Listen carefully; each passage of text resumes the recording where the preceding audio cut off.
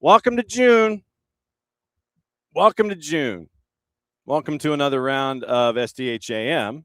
John here, you there. Thanks for dropping by as you always do. So it is June, which means we are, 10 days away from the world chasing after a cup. Well, 48 teams anyway. And everyone coming to this particular hemisphere. We got teams with friendlies. We got teams that are going to be dealing with more questions with their friendlies. And yes, that is something of a double-sided response. We've had champions crowned this past weekend in leagues here domestically. Have some news involving Atlanta United and what happened at MLS Next this past weekend in Utah. Some really cool results for teams that have U's in front of their numbers. So we'll get into that. Plenty to get into today, plus your thoughts coming out of the weekend. Rundown is, as always, it's going to be Abe early, Bart late. And we're going to check and see what part of the planet Madison Cruz is on. And we're going to see if she is available this morning, because the long version getting into the short version. U.S. had a match yesterday in Charlotte, back and forth with Senegal. They come out on top 3-2. We've got your highlights, got some sound from Mauricio Pochettino. You'll hear that coming up here in hour number one. You've also got Team Canada with some issues. Big issue involving Marcelo Flores. You'll hear from Jesse Marsh on a couple of different topics. You'll hear about how the injury was delivered to the team and where Jesse Marsh is concerned, what they do for a replacement for Marcelo Flores. So you'll hear about that. So you'll have plenty of highlights with some interesting stuff thrown in. You'll find out what's going on in Canada. And like I said, we've got some championships that were crowned on the weekend from an Atlanta United perspective. We've got some highlights from the U17 final where they made it to the title game against the purple team, lost in PKs, but you'll hear the 2 goals on the board. And also mentioning what happened to the U13s, knocking off LAG in penalties. So you end up with a team that wins in penalties for a title. You have a team that goes to penalties against a purple team and loses 4-3 in PKs. But you'll hear the goals that were A.J. Ricketts and Kalen Carr on the call. You'll hear that coming up in just a little bit. So we've got that. We've got the championship that was decided in Lexington. We've got some early preview on the matchup tonight with Canada and Uzbekistan from our friends at One Soccer. They're going to break it down just how important this match is, considering the injury issues that seem to be creating a lot of problems for Jesse Marsh logistically and trying to figure out what a starting 18 is going to be. Injuries at the back, and now you have an injury with Marcelo Flores. So we'll get into all that, plus all the news from the weekend. Morning, Ricky. I'm trying to check and see if I've missed anything. We do have an update out of Spokane, and we will let you know what's going on there. There's some stuff going on that we got to pay attention to involving South Africa and their visa issues. We'll get into that as well. So a lot to get into this morning, and we'll lay it all out for you here, plus your thoughts on the weekend. We've got the report cards. We've got all the highlights and all that kind of stuff. So opening kickoff brought to us by our friends at Black Pitch Coffee and blackpitchcoffee.com. Starting your day, the most important stories in the game, the right way to start your morning. Black Pitch Coffee, part of the SDH community. Showing up at events all over Atlanta. Try their home blend made with beans from Brazil and Guatemala. Heavy-bodied, notes of walnut and semi-sweet chocolate, and a rich world-class finish. Opening kickoff, powered by Black Pitch Coffee and blackpitchcoffee.com. Morning, David. So here is what is the layout this morning. That's interesting. So the chat server IP address couldn't be found. All right, so I'm going to have to do things a certain way here. All right. I'm going to have to kind of go around the corner here to end up with font. So, all right. So opening kickoff. Yeah. And Bart, I think, is in the air. He's in the air. He's in the ether, all the things. So Abe Gordon is actually going to qualify as opening kickoff, since I was about ready to toss to some tape. but Abe already dove in. So we're going to go ahead and talk to Abe and find out what he's thinking about what happened on the weekend. So, sir, he asked, as a positive, what did you think about the weekend? Boy, I think, and this is going to sound weird, and we're talking about the U.S. men's national team performance yesterday.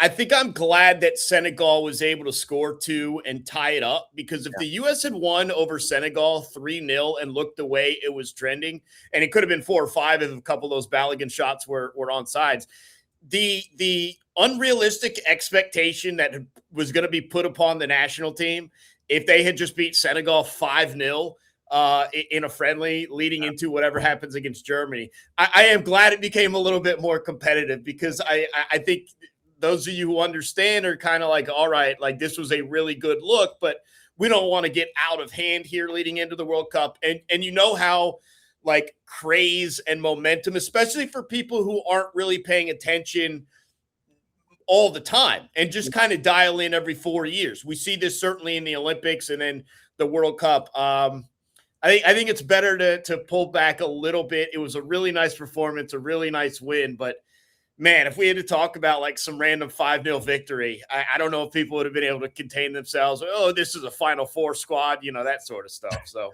well, keep it in check. But that's what Reaction Mondays are all about. I mean, you can either have the overreaction, the underreaction, or just a reaction. So are you underreacting or are you just reacting here? No, I am actually overreacting to it. I thought this was an outstanding look for the U.S. men's national team. I thought that you wanted to see a certain run of form from certain guys. I think you're probably still going to have Balogun up top to start. I thought Ricardo Pepi looked outstanding. I thought he fared very well for himself.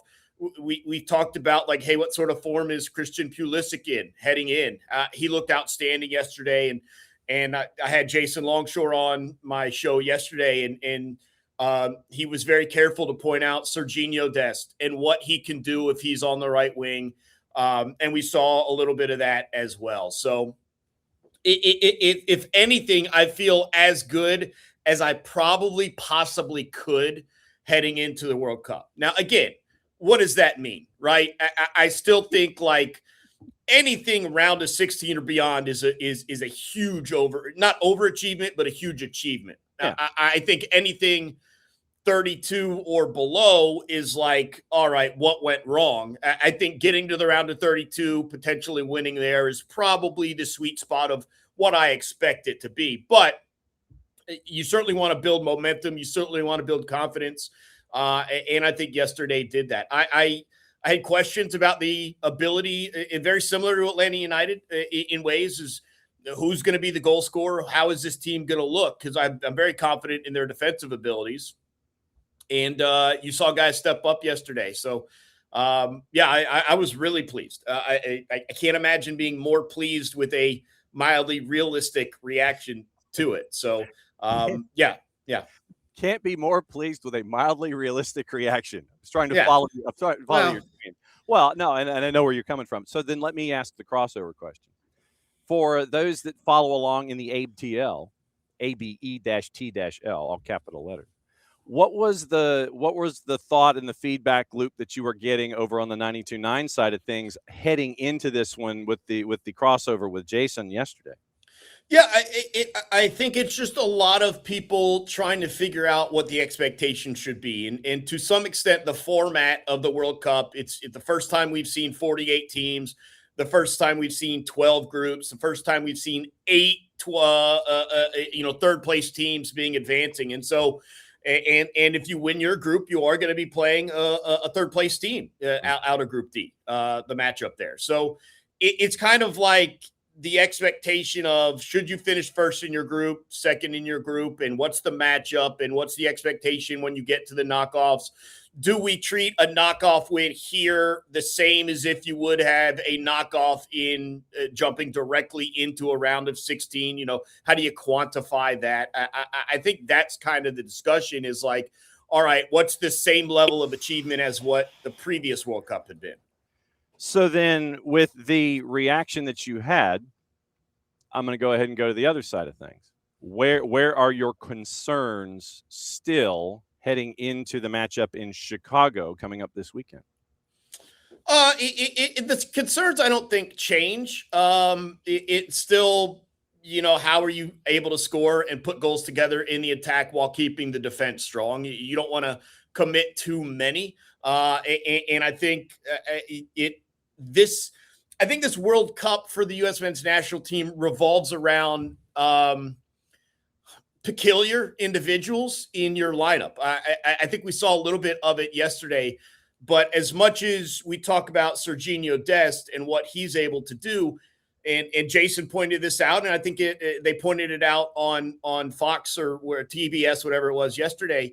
Sergiño can't do what you want him to do as a team if Alex Freeman isn't doing what you need him to do. And so I think part of your defense, which slides into your midfield in the attack, is kind of based around Alex Freeman. I do think we saw a couple of through balls that challenge the defense because of a partial lack of speed. And when you put the armband around a captain that's 38 years old, who was never the fleetest of foot to begin with, that is something that you're going to have to deal with. And you saw it bite you twice yesterday, and you'll figure it out. But that's why you have these games against a variety of different teams that throw different looks at you, challenge you in different ways, and figure out what you can and can't do in terms of being aggressive, being passive, and taking chances and all that. So, look, very pleased with the attack. That was my biggest concern, is just who's scoring goals. And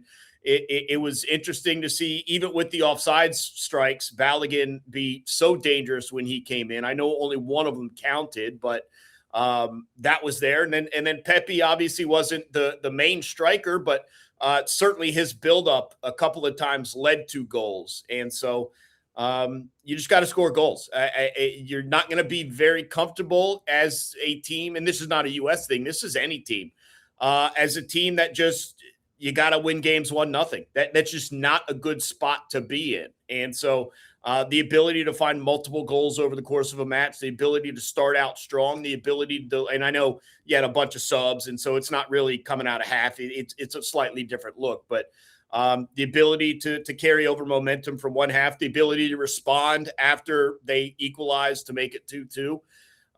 And quite honestly, the showcase of Pochettino in the hydration break and like, hey, we're going to coach up, man. This is not, I mean, it is for you to get some water and maybe a gel or a banana, but we're going to use our opportunity that is now being given to us by FIFA and the TV networks to really look at some things and say, hey, in the first 30 minutes, we did this, we didn't do that.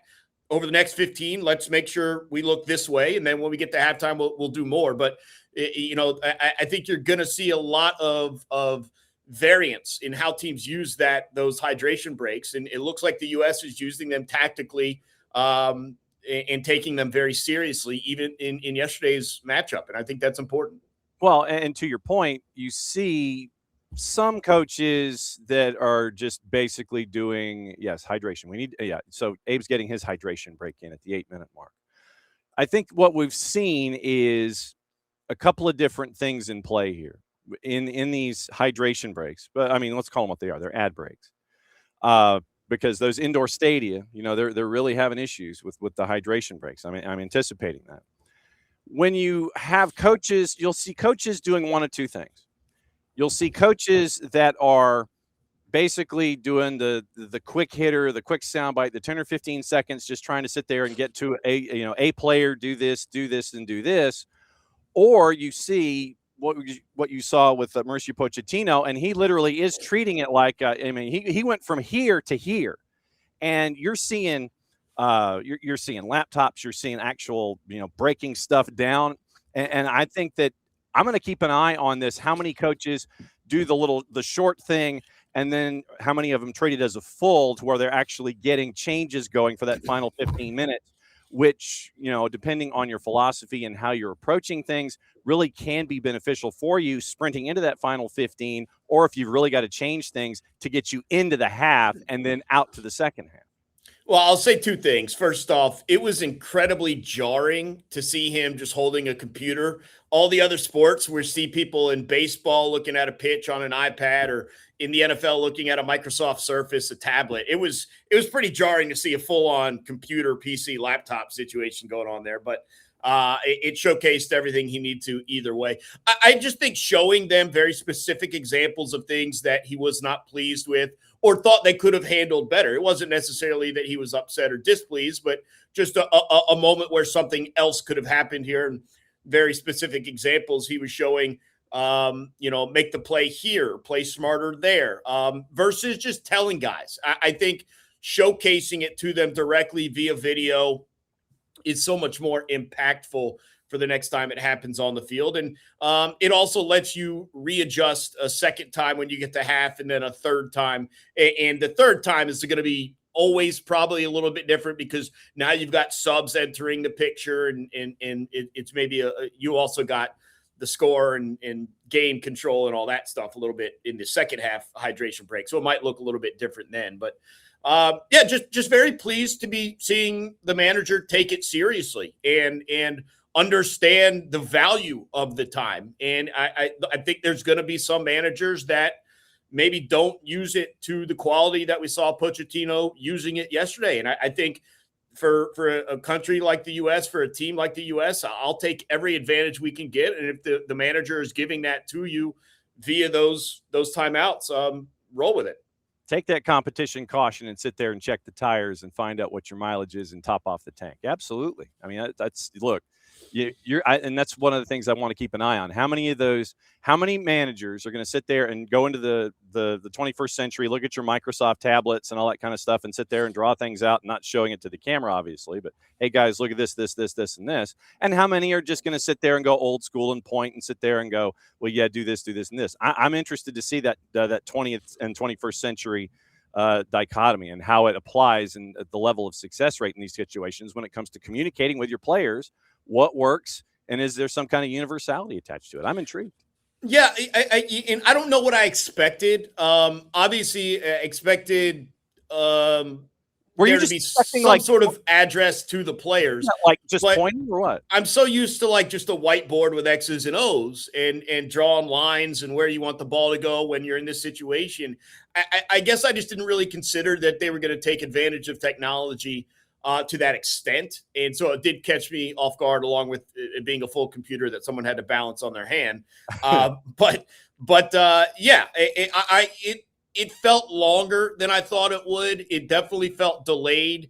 In my mind, a hydration break is all right. Here's some food. Here's some drink. You're on the right on the sideline, right by. But no, we had guys full on in the seated area taking a rest, and so it was a little bit more detailed than I guess had thought going in. And again, if you have the ability to take advantage of that, certainly do so.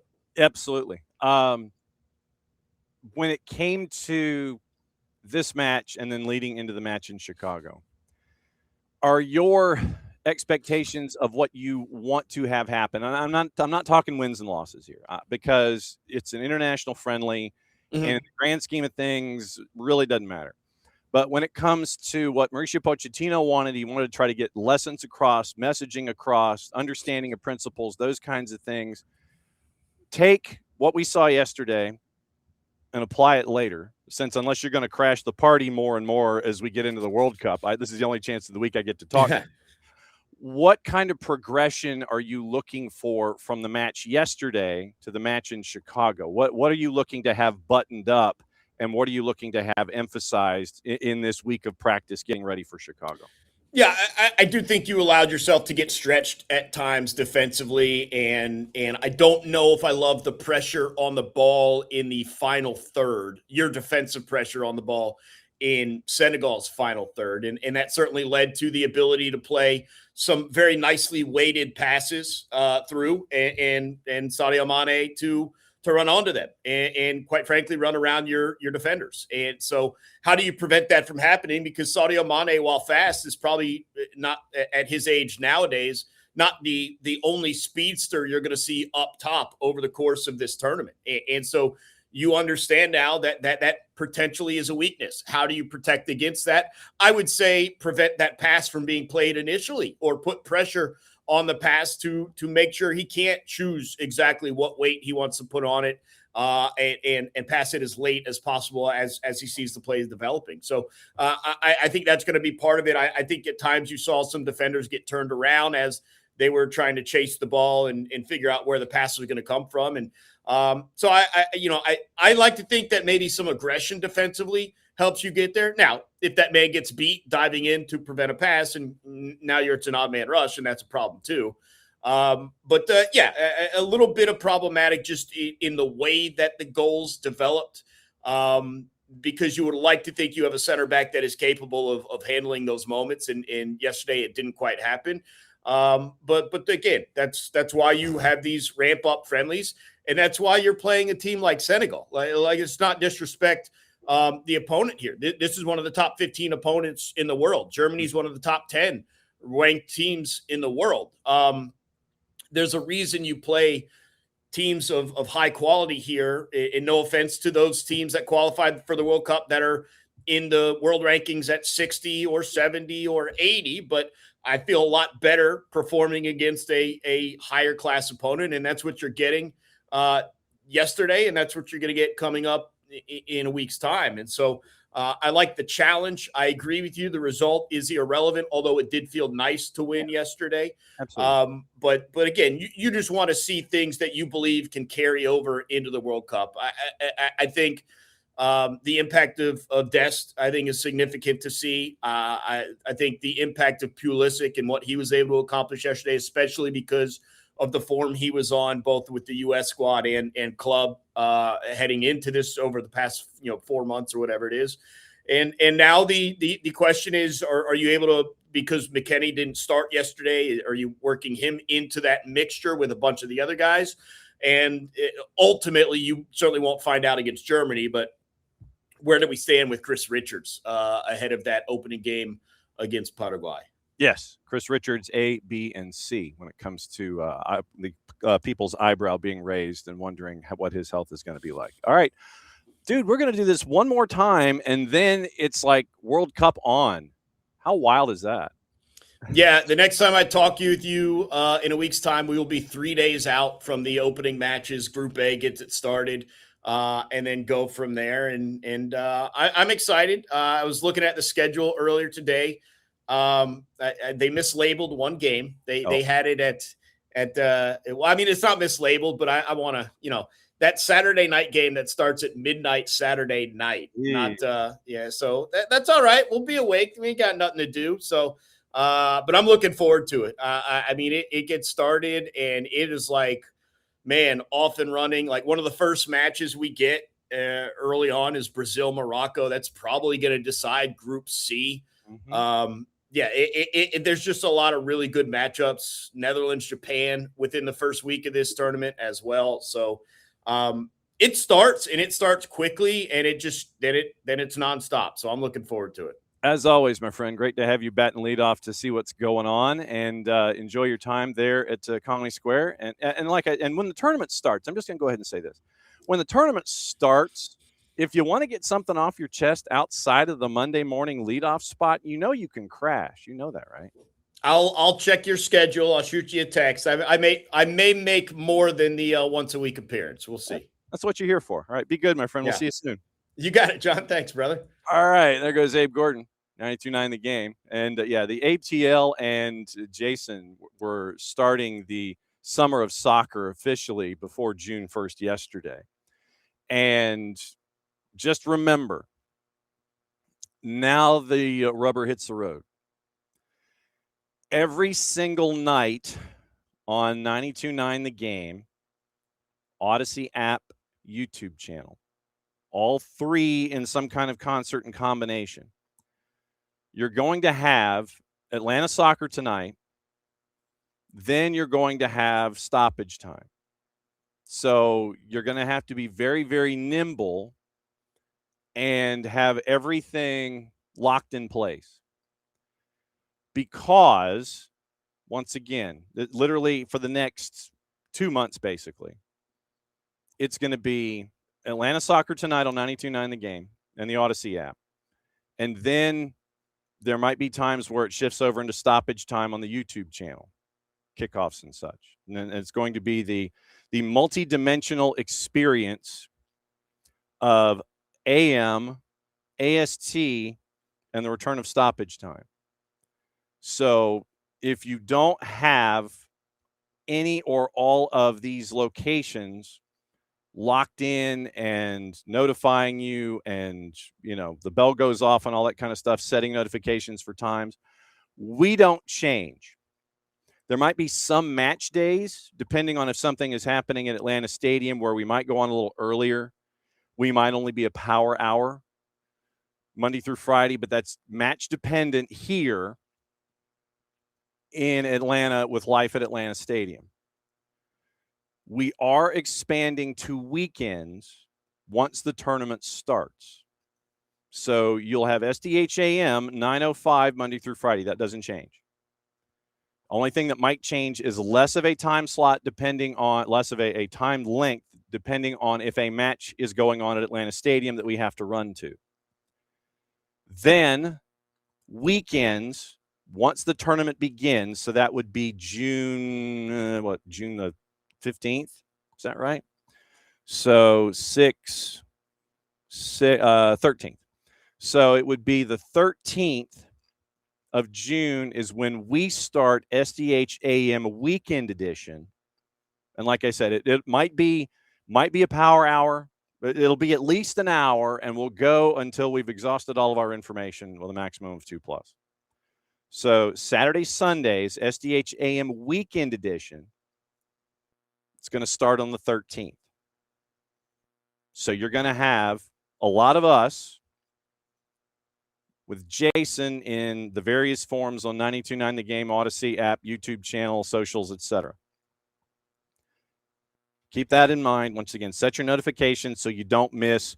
And this way on social media, when you find out, okay, it's not going to be here today, it'll start at this time, and it'll go for this long here, and then moves over here, moves over here. It is literally a three-dimensional exposure of everything that is going on in the World Cup through AST 92.9 The Game, Odyssey app, YouTube channel, us here, all of that. So it's going to be this three-dimensional Borg device that is going to be going for the next 60 days, basically. And just make sure that you've liked, friended, and are a part of these conversations and know where we're dancing. So today, let me see if it's settled today as to where things are going to be. And if you haven't subscribed to Morning Espresso, please do, because it also keeps you up with the dance and lets you know where things stand and who our guests are and where we're going and all of this. Because we are going to be out in the community also doing special shows, night sides, all this kind of stuff. So Morning Espresso helps you out with that. Morning Espresso, the newsletter, thanks to our friends at Oglethorpe University for being great partners with us here. Then with Morning Espresso, you get all of your news in written form if you dig it that way. You can read it while you're hanging out with us. And then at the bottom, it'll let you know kind of where things dance tonight. So tonight, just to give you the idea of where this dance is going, we go off the air at 11-something. Soccer over there for 2 more weeks is going on Monday night. Once the tournament starts, we're peeling out. We are still going to do Picks of the Week. Picks of the Week is going to be this week and next week, and then we call Season 1. Season 2 will be going on, but it will be specifically in the Discord channel. So Season 2 of Picks of the Week is going to be in the Discord, in the Picks of the Week section, but we're not going to have an on-air component consistently enough in the Soccer Over There time slot, the 8 o'clock, 7:30 to go, because there's games going on and everything. So we're still going to do Picks of the Week. It's still going to be segment 2, World Cup only. Then segment 3 will pick up after the World Cup, and that will go up to MLS Cup. And then there we will have a Campeón de Campeones, winner of segment 1, winner of segment 2, winner of segment 3, for the Campeón de Campeones, and you get a high and hearty handshake, and that's all going to be MLS Cup related. Will be the Campeón de Campeones late November, early December. And then we'll all take a break for the Christmas season. We'll all go up and buy all of our holiday gifts, and then we'll get ready for the sprint season and training camp and all that kind of stuff in 27. So tonight, whoa, we're going to make it right. 10 o'clock, 92.9 the game tonight. Atlanta Soccer tonight. USMNT, PSG Champions League. We'll get into that in SOT tonight. Latest World Cup news. We do have World Cup news out of South Africa that we have to keep an eye on, and rules of the game that will, if Bart can join us, and he's landed by 10:30 because he's coming back from Charlotte. We're going to get his thoughts on the match. We also have some rules of the game to get into. So tonight, Atlanta Soccer tonight, USMNT win, Champions League win for PSG, World Cup news, Josie Altidore, and Telemundo's Jose Luis Lopez Salido. 92.9 the game. Watch the whole show on YouTube. And it's also a podcast after the fact on the Off the Woodwork podcast section, 92.9 the game in the Odyssey app. 929thegame.com in the Odyssey app. So tonight, rundown is SOT 8 to 10. Atlanta Soccer tonight, 10 and beyond. 92.9 the game. Full show on YouTube. Podcast Off the Woodwork, 929thegame.com and Odyssey app. So that's what we're getting into in June here, leading into the tournament. So we're going to be out doing some remotes with SDH, and you'll have some SDH PMs in addition to AMs leading into Atlanta Soccer tonight in all of its various forms and locations. So starting today, the three-dimensional conquering of the tournament begins here with us at SDH and 92.9 the game. And we can't thank Mike Conti and everybody at 92.9 the game for letting Jason run as much as he is over the next 2 months. So that's where we are with this 92.9 the game, Odyssey app, Off the Woodwork podcast section, all of us, social media. So that's where we are. That's what's going to be going on here for the next 2 months. I'll let you know when Morning Espresso comes out. And if you don't have Morning Espresso, the morning newsletter, go to soccerdownhere.net. You can subscribe. Second you go to the website, you can just literally you scroll down a bit. There's a big banner. Put in your email address. Boom, you're subscribed.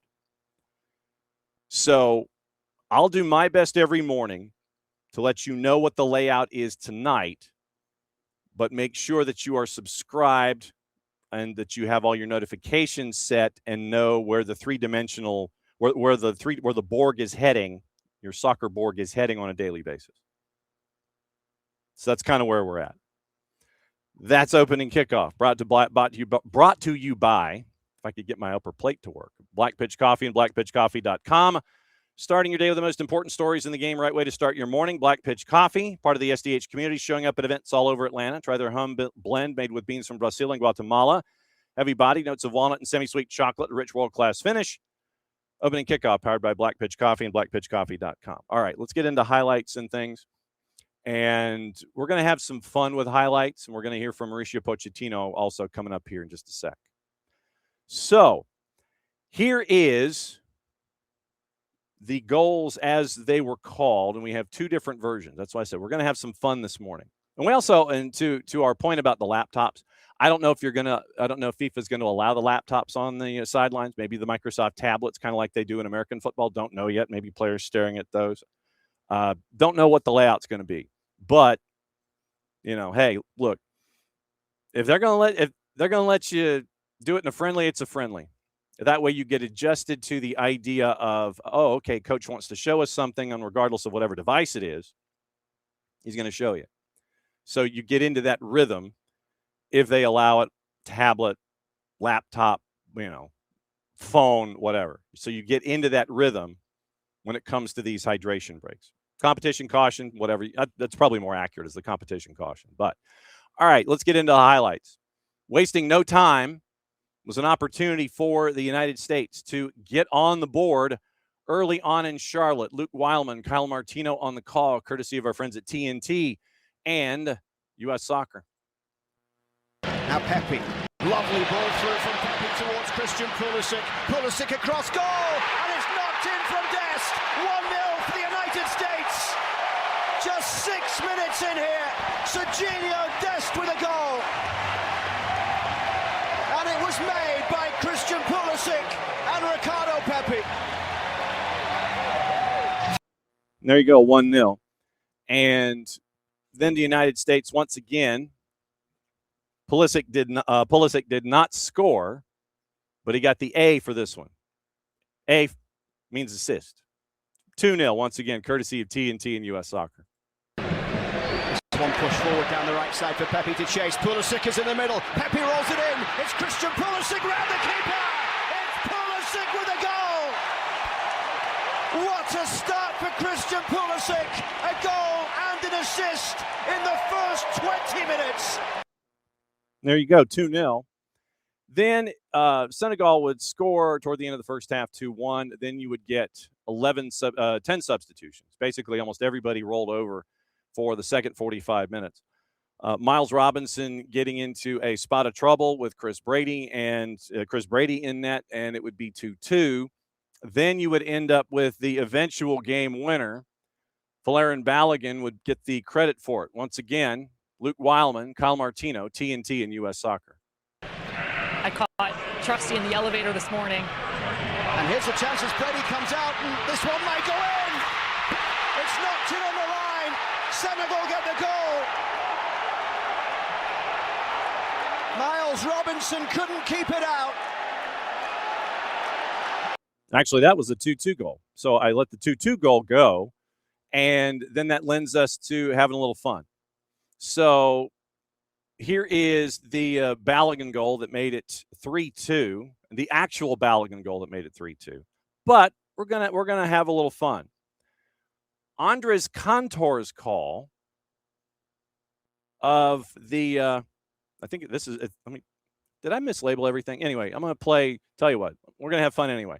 All right, so what I did is apparently download the wrong frickin' goal and made sure that nothing like, man, you sit there and it's like, yeah, I'm going to do this, I'm going to do this, I'm going to do this. And then you completely and totally just mess everything up. So here, let me try and find this. Stay sick.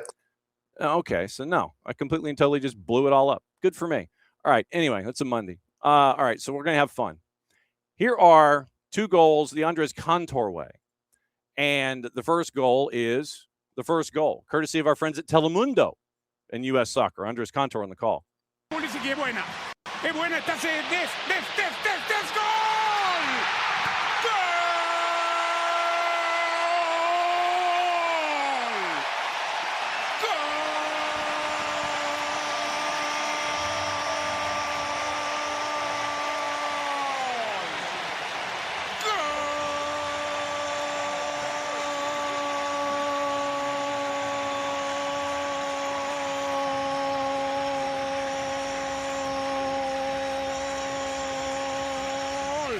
Estados Unidos, gran corrida de Serginho Dest, que apareció como 9, gran movimiento de Pepe tirándose al costado para habilitar a Pulisic, preciso el pase de Christian Pulisic y como sucedió en Qatar, pero la inversa, ¿se acuerdan aquel partido contra Irán del otro lado? La corrida de Dest para habilitar a Pulisic, que terminó casi quebrado de las costillas y convirtió el 1-0 aquel día. Ahora al revés, Pulisic le devuelve la gentileza. Enorme jugada colectiva de Estados Unidos, que ya está en ventaja. Pulisic to Dest in the 7th minute, courtesy of our friends at Telemundo. And look, when you have the opportunity to listen to Andres Cantor as kind of like a World Cup warm-up, you're not going to sit there and go, nah. I was like, oh, so let's have some fun. All right. How about a second shot of Andres Cantor? Once again, courtesy of our friends at Telemundo and U.S. Soccer. Rescatable lo de Serginho Dest. Muy rescatable lo de Pulisic. ¡Buena! ¡Balogun!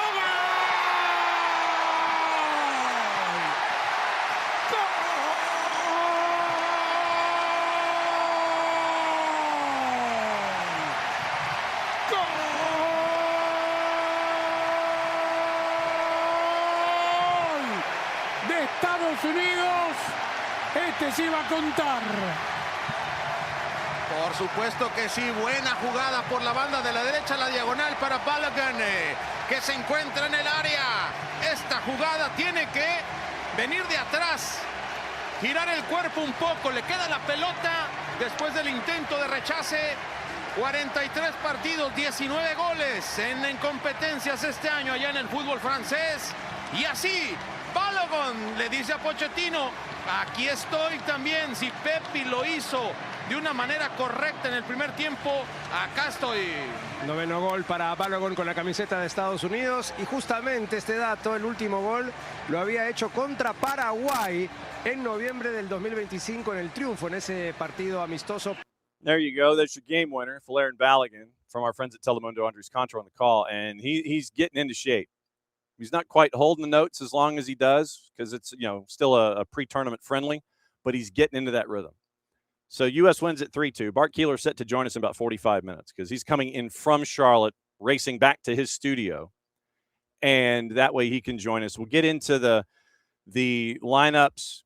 We'll get into the discussion about Alex Freeman.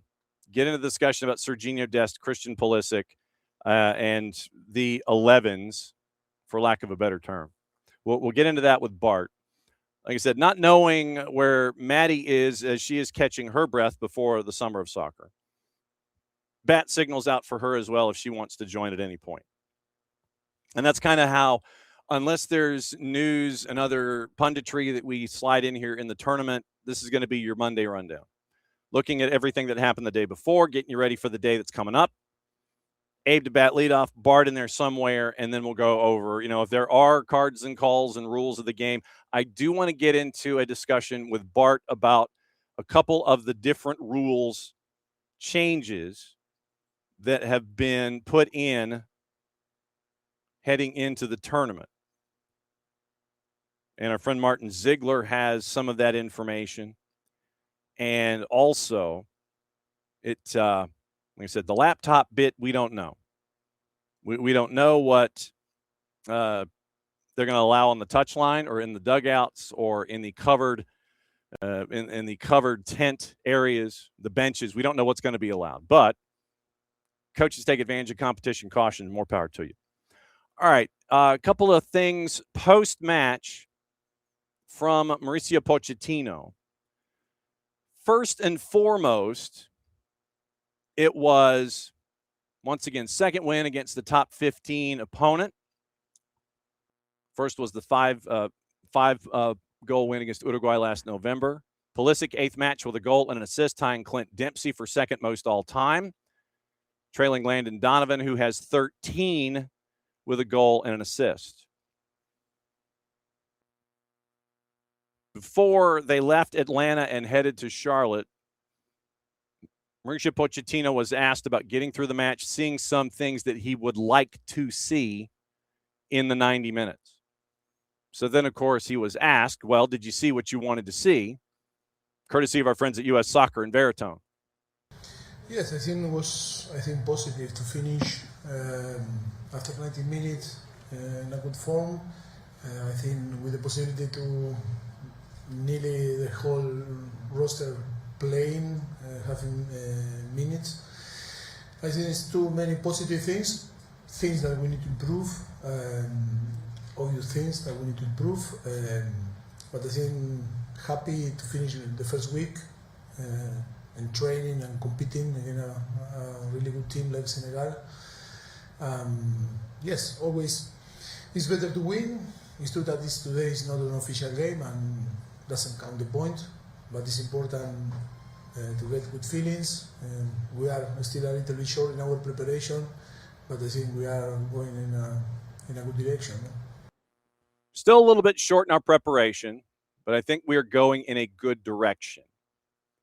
So that's where he was.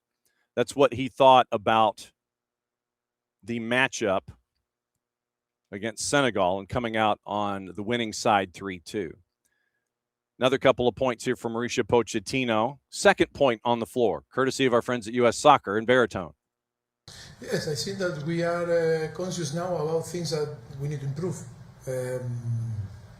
things that we were talking from nearly 1 year and a half, and I think now it's about to see the reality.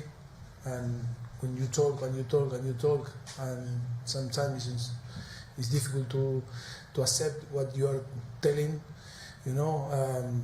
Today is a good point. We saw the commitment of everyone there. If with that attitude and commitment, we have the talent. We have players that have enormous talent. But the important thing more for us, or more to continue improving, is also for the fans that really believe in us, that the good feelings, with that victory. I think it's more important for the environment than for us. That for us is important. Important always to win.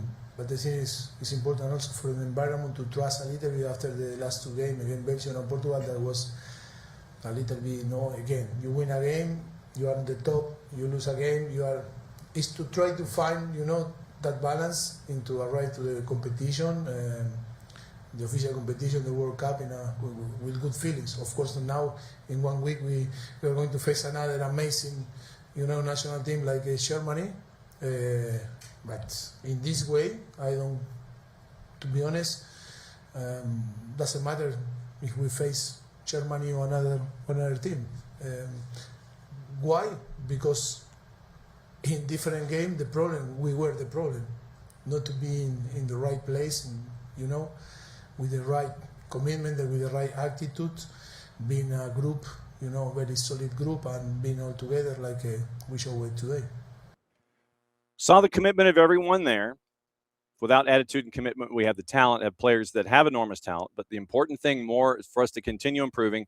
The fans really believe in us, that the good feelings with that victory. I think it's more important for the environment than for us. But for us, it is important. It's always important to win. It's important for the environment to trust a little bit after the two games. Again, based on Portugal, you win a game, you're top. You lose a game, you're trying to find the balance right into the competition.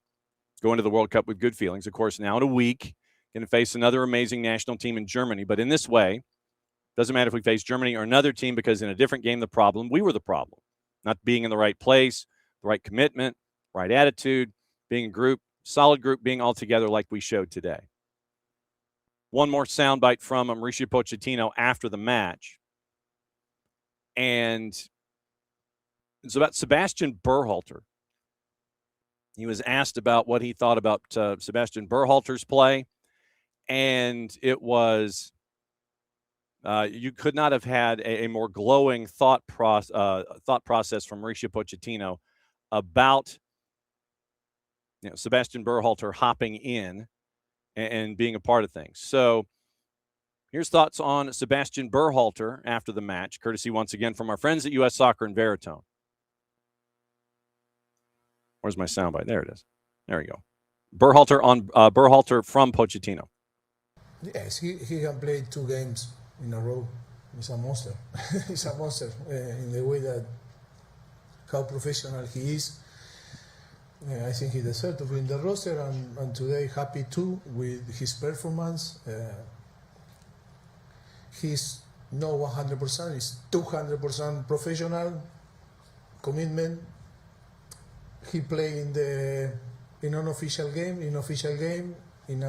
with friends, in training. He's always giving his best, always is 200%. You need to stop. He's this type of player that they want to train, and sometimes you need to say, hey, go inside, Yes, it's always for a coach, it's always a pressure to have a profile like him, 200% professional commitment. So it's 100% professional in matches and another 100% professional at practice, where they have to tell Sebastian Berhalter, dude, go inside. And he's like, oh, man, probably hangs his head, and he's got to kind of wanders inside. So 200% commitment, obviously very, very high on Berhalter there. So let's go over the numbers for not the player ratings, but the stats in this match and pieces of trivia that are attached. First goal for the U.S. for Christian Pulisic since a 4-2 win over Jamaica, November 24. Gio Reyna's start, first for country or club since last December.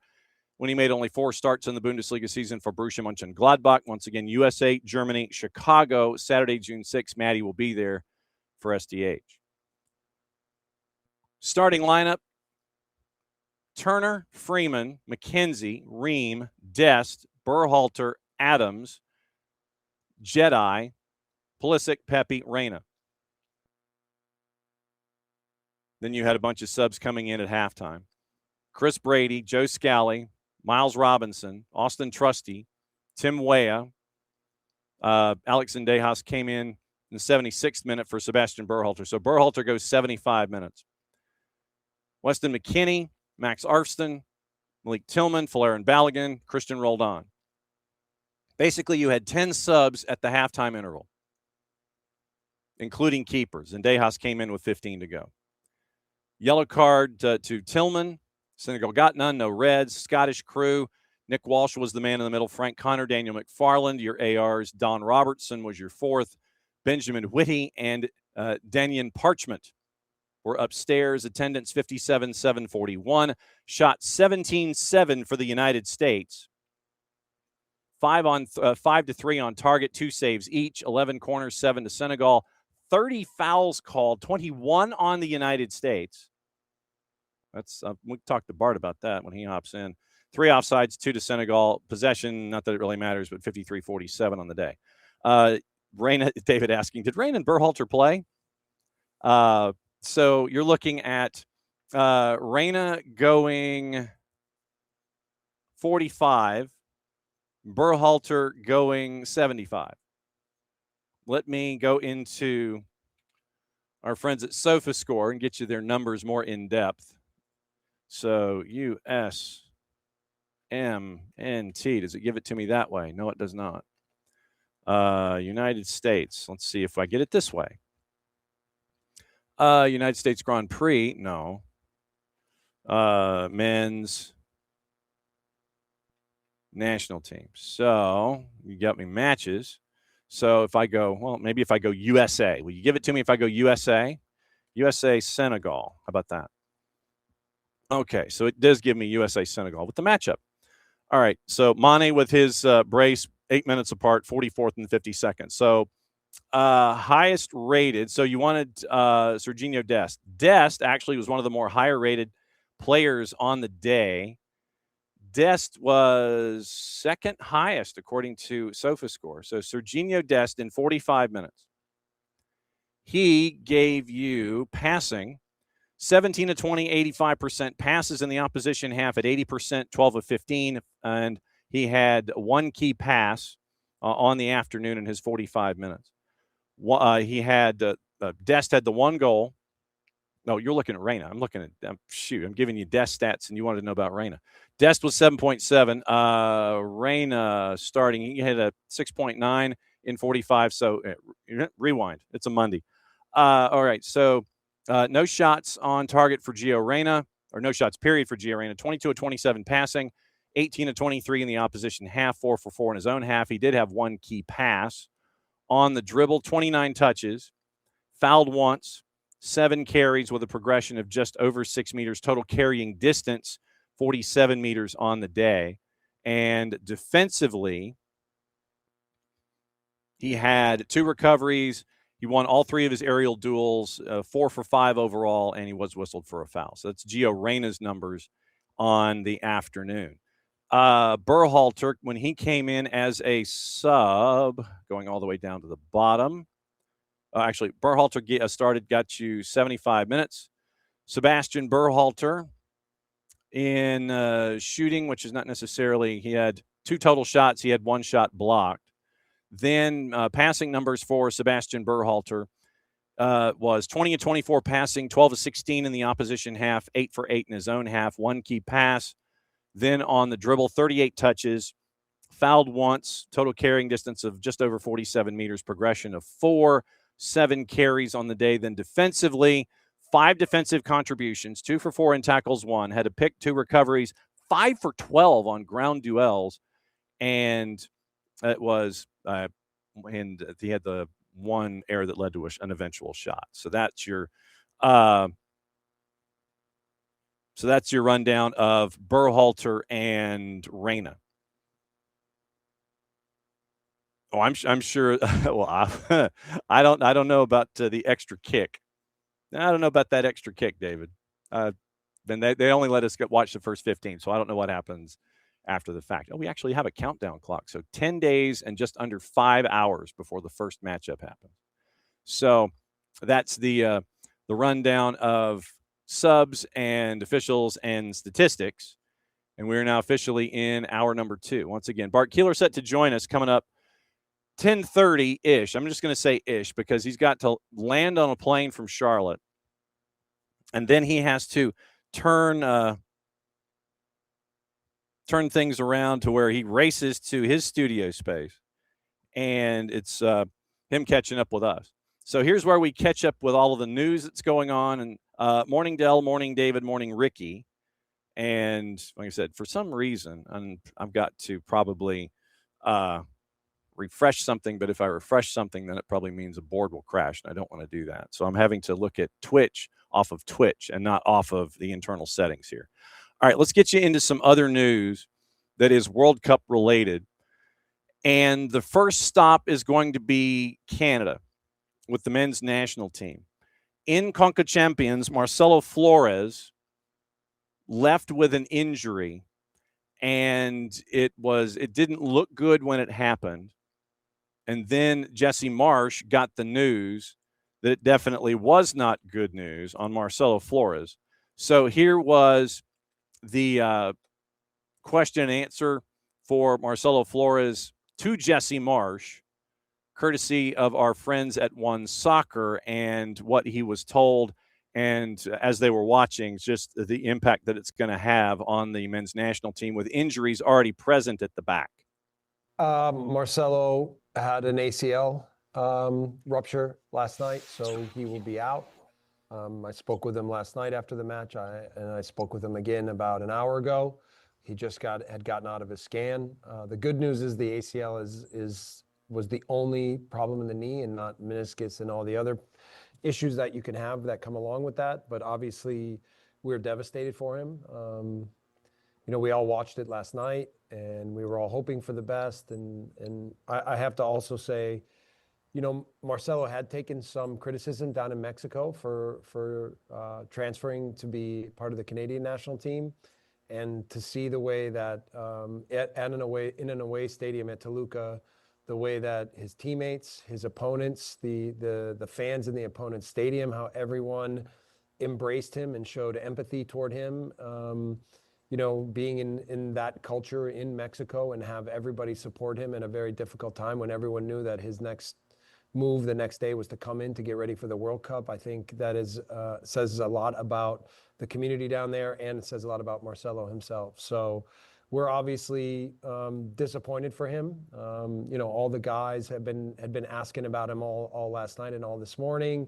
I was trying to give updates to the team on where things were at. We were all fearing that he would have something like this because it obviously didn't look like a good injury, but our hearts are with him. He's in good spirits. He's already focused on, moving forward and getting himself healthy for the future. And I told him if he ever wanted to come and see us after he got a surgery and be around the team for parts of the World Cup when we're together, that he's more than welcome. So he loves the team. He said he would love to do that. And he said it is one of his favorite things to do is be with this team. So we're thinking about him. We're devastated for him. Larger question now is what you do. And I'm just going to say this. The injury itself is out there. And it was non-contact. And Marcelo Flores was in between the 18 and the 6. He was trying to go to his right to set up a shot against Toluca. As his right foot is on top of the ball and he tries to change direction to his left, the right foot, which was on top of the soccer ball, plants and the leg goes a direction it's not supposed to. And so non-contact injury, you heard from Jesse Marsch, obviously out for a while plus rehabilitation. And so then as a follow-up, Marsch was asked, okay, have you thought about what that replacement is going to be like? Here's his answer once again, courtesy of Canada Soccer and One Soccer. No, we haven't made that decision yet. We have time, so we're going to take a little time to just evaluate a few different things. But we have some guys here with us. We have guys like Jebo and Jason that we let go. We also have guys like Junior Hoylett that haven't been in camp, but that I've been in communication with. So we'll see. We're going to get through this match and kind of evaluate where things are at, and then make a decision probably in between the next 2 matches. There you go. That's Jesse Marsh. And so you heard the name Jason Russell Rowe, and you also heard Junior Hoylett mentioned coming from the outside in. So those were 2 names that he mentioned. So obviously keep an eye out on this roster that was already having injury issues at the back. And you were wondering about the future of Diffuserol and what it's going to look like on defense, because they do have some injuries there that have to be addressed. 3 keepers, once again, Crepeau, Owen Goodman, Dane St. Clair. Defenders, Moise Bombito, Cornelius, Alfonso Davies, Luke Diffuserol, Alistair Johnson, Alfie Jones, Richie Larea, Nico Seeger, Joel Waterman. Midfielders, Ali Ahmed, Tejan Buchanan, Matthew Chouanier, Stephen Eustachio. Flores obviously was on the squad. Now you're trying to figure out who you want to replace him. Ismail Kone, Liam Miller, Jonathan Osorio, Nathan Saliba, Jacob Schaffelberg, Jonathan David, Promise David, Kyle Laren, Tani Oluwasei.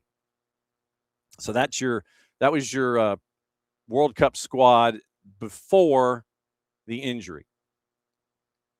So we'll keep an eye on what Jesse Marsh wants to do when it comes to the filling out of a roster spot because of an incredibly unfortunate injury with Marcelo Flores, and the timing obviously could not be any worse.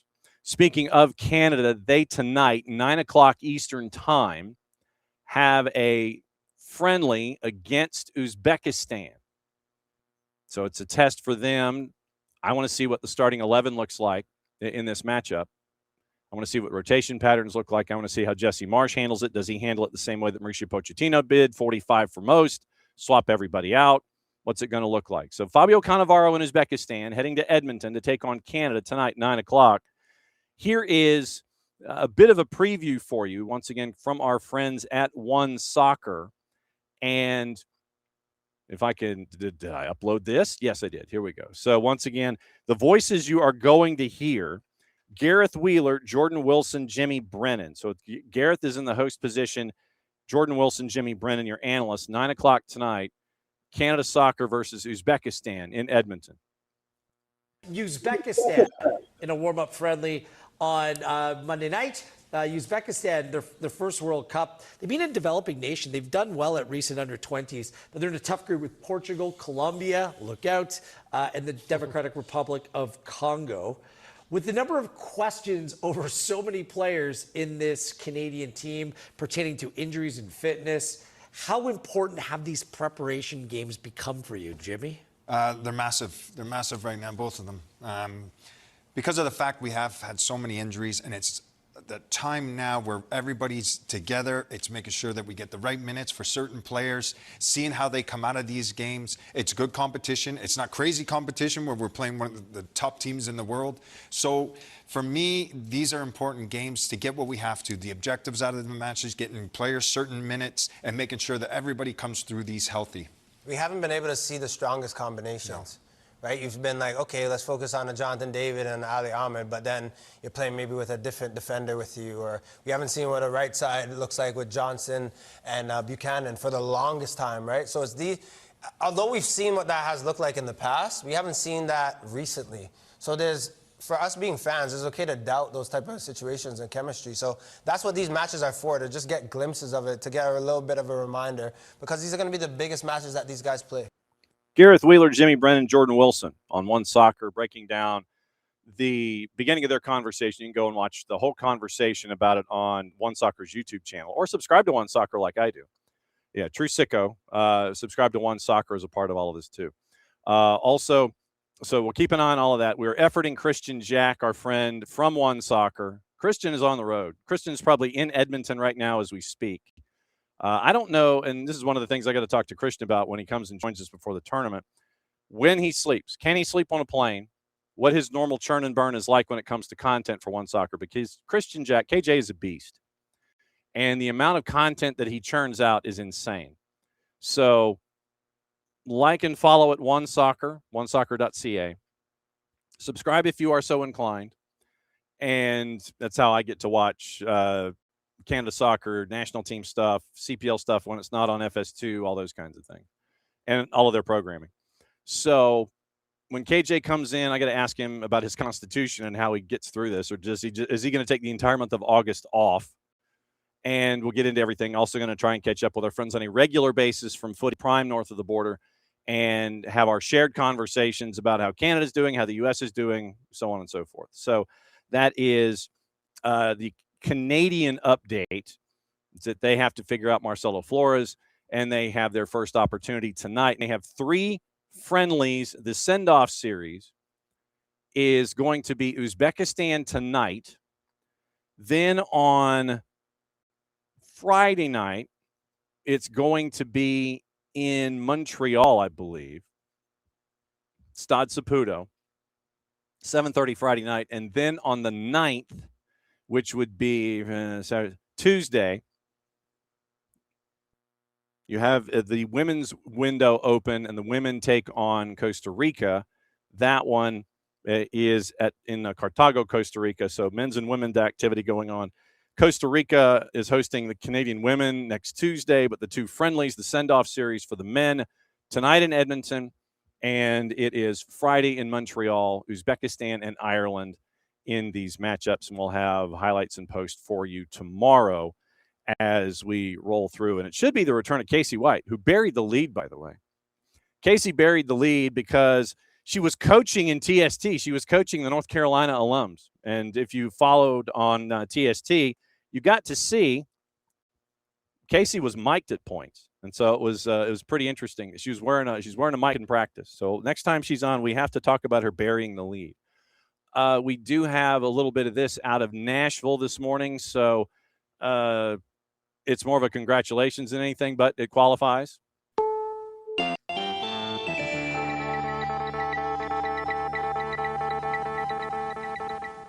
Nashville Soccer Club's Ahmed Kassem has been named to the Iraqi national team for the World Cup. So Kassem represented Sweden as a youth, is going to suit up for Iraq when they make their first World Cup appearance since '86. Appeared in 53 matches since picked up last February, all comps, 5+2. And Iraq kicks off their World Cup campaign June 16th against Norway, 6 o'clock Eastern time in Foxborough. So it is Boston Stadium. Boston Stadium, June 16th at 6 Eastern. Then they take on France at the Philadelphia Stadium, 5 o'clock on the 22nd. And then 3 o'clock Eastern on the 26th, Iraq and Senegal in Toronto. And it is well done for Ahmed Kassem, who gets to join the Iraq national team for the 26th World Cup. So he played for Sweden as a youth. Now he's playing for Iraq in the tournament. Very tough group, but Ahmed Kassem from Nashville SC is now a part of that. So well done there. Okay, we have to get into this particular issue involving South Africa, and it might take a minute just to break down all of the issues and the elements that are attached. So from The Athletic, and this is less than an hour ago. So it is visa issues right now. Interesting. Okay. So is my phone going to not let me have the information that I'm trying to log into? Nothing like having everything freeze up this morning. So there are issues involving South Africa and their visas.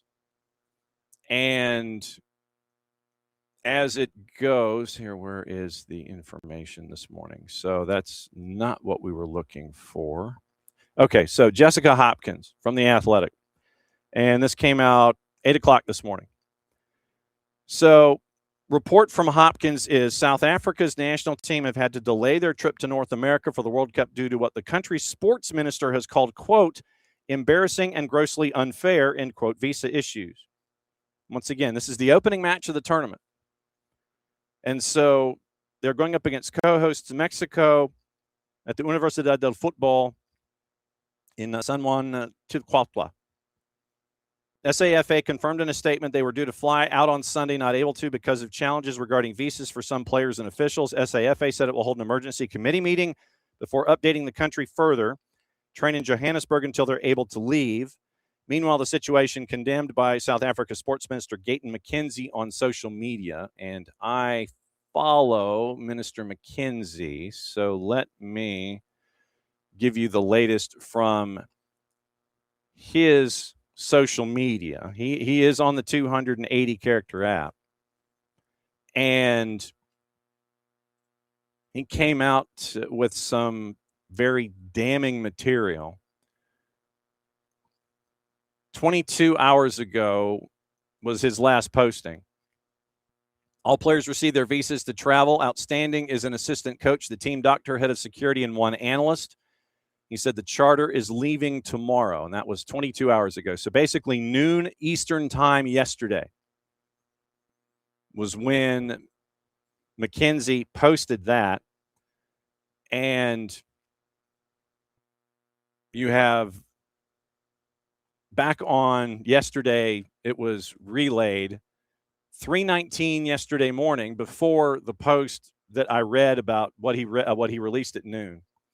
He said this South African Football Association travel and visa debacle is embarrassing and grossly unfair towards players and coaching staff. I've informed them, meaning the national team, the Football Association, that I need a report and action must be taken against those responsible for this mess. We're being made to look like fools. So that was what he said yesterday morning, early morning, overnight U.S. time. So 3:19 Eastern time yesterday morning. So that would be what, about 31 hours ago. And so you have issues in relation to travel have already had a part to play. Then you had now these issues with the SAFA, and the minister is less than pleased about it. So he mentions the Minister of Sport, Arts, and Culture, Gayton McKenzie.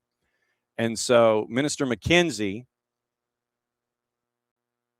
yesterday about noon, all players have their visas, assistant coach, team doctor, head of security, and an analyst. So that's what South Africa was missing yesterday afternoon, our time. And so it's now, now we're going to keep an eye on what is going on with South Africa as they make their way to Mexico for the first match of the 2026 World Cup. So keep an eye on them as they are working their way this way into, what was that? So something in the chair. So as they make their way through to let you see them in the premier match of the tournament. So that's the latest news there when it comes to national teams and such. So we'll get to, well, obviously we'll keep you posted with all the teams and all the clubs as they are working their way this way, and we'll see how it lays out. Quick duck out just to give you some up-to-date news and things that happened.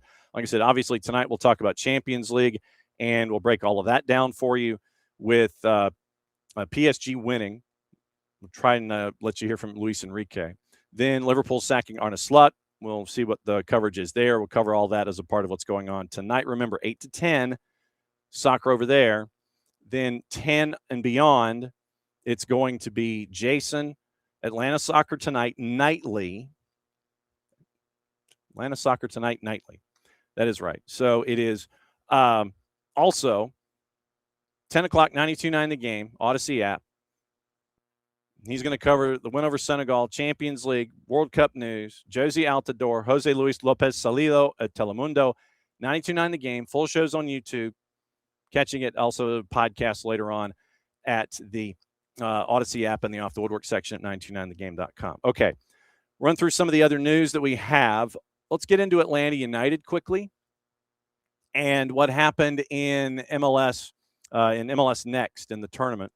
For Atlanta United, it was a win in PKs against LA Galaxy. So they are the champs in the U13 division. They won 4-2 in PKs after a 2-2 draw after 80 minutes. Now we got some highlights for you from the U17s, where they also went to PKs, unfortunately losing in PKs 4-3. It was 2-2 after 80, then they go to PKs. So they're runner-ups in the U17 at MLS Next Cup in Utah, winning the U13. So great showing across the board for the 4 clubs that were there for Atlanta United in the tournament. So here's your highlights. We have highlights of this. And so when I saw that we had highlights, I'm like, yeah, we're playing those. So here are your highlights. And it was a goal in the first minute for the purple team. But then Atlanta United equalizes, and they equalize this way. Once again, courtesy of Major League Soccer, AJ Ricketts, Kalen Carr on the call for this one. We'll throw in that high press throughout. This is Quan. Lays it off. Santillon invited to shoot. Atlanta have responded just minutes later. 4th goal of the tournament for Noe Santillon. And it's level at 1 apiece, less than 7 minutes in.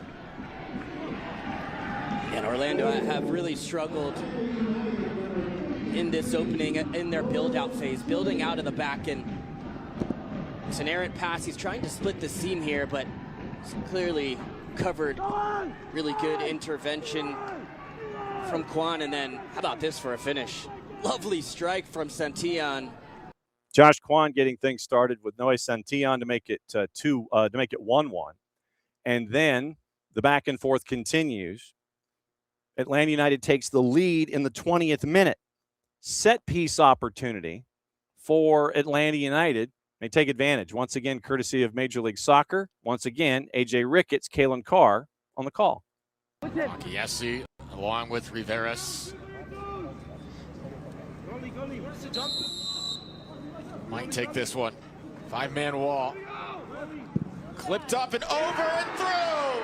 Oh, it's beautifully done. And a 2-1 lead for Atlanta United in the final. Shea Akiesi has scored.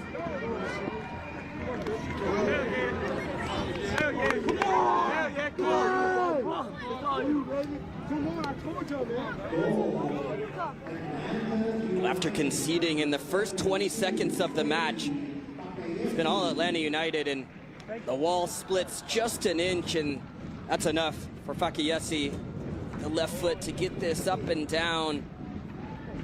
Look at that, tailing away from the goalkeeper. Perfect technique into the top corner and off to the celebrations. It's 2-1 Atlanta United.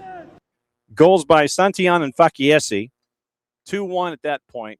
Purple team equalizes. They go to PKs, and Atlanta United down 4-2 in the PKs, but runners up in the U17 division, MLS Next Cup, and they win the U13s, knocking off. It was 4-3 in PKs. Sorry, 4-3 in PKs, 2-2 after 80, and goals by Santillon and Akiesi. So they're runners up in the U17s and MLS Next Cup. They win the U13s, taking LAG to penalties and winning that one 4-2. So a win, a runner-up, 4 divisions, 4 separate age groups for Atlanta United, showing well in MLS Next Cup out in Utah over the past week, with some activity happening in the weekend itself from the final matches. So very, very cool stuff there from Atlanta United and the MLS Next tournament. We had a champion crowned in the Gainbridge Super League, and they went from worst to first. So you had Lexington hosting. You had the top 3 teams separated by 2 points at the end of the regular season.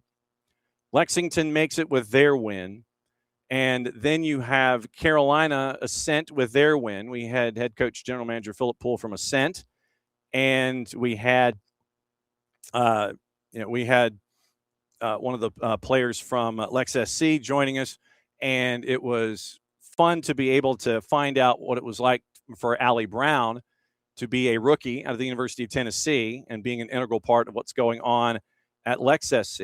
So Carolina actually had the early lead in this match, and it took Lex SC a bit to come back in this one. but they do get the equalizer, and it happens in the 72nd minute. Equalizer for Lex SC as they are hosting Carolina Ascent in the Super League final. So here's that call. Sean St. Jacques on Peacock, courtesy of them and the USL. Now Lexington have some numbers here.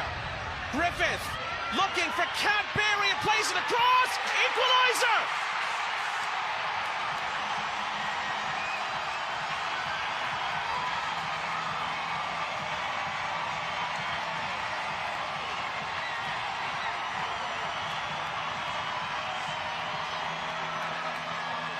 Lexington goes wild. Mackenzie Weinert on the doorstep levels the final and lifts the roof off the place. Kenzie Weinert gets the equalizer in the 72nd. Because it was equal after 90, they kept going for another 30. And Lexington scores twice, 2-1, and then you go to the 104th, and you get this goal to crawl across the line. 3-1 at this point. Once again, Sean St. Jacques, Peacock in the USL. Side letter moment. They have absolutely erupted. Now White's played in. Over for Addie McCain! Yes!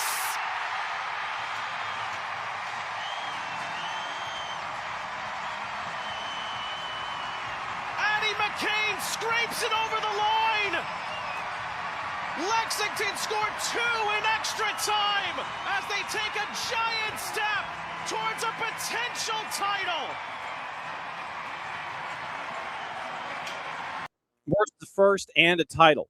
14-3-11 this year. Top of the standings. Crowd of just under 7,800 was there in Lexington. So Lexington advances. They get the championship in the Gainbridge Super League. And so they are now champions as well. All right. So now we're going to check. We're going to check and see how, just the state of awakeness and awareness that Bart has. Sir, see, now I like that. I like that one. See, there are so many folks that sit there and they look at the old Levi's kit and everything, like, see, I like that splashy run from that before. I got that entire line from Adidas, and it's probably buried someplace in one of my storage lockers someplace. But I've got all of that stuff from '94. Love the Levi's run that they had. Have you officially recovered yet?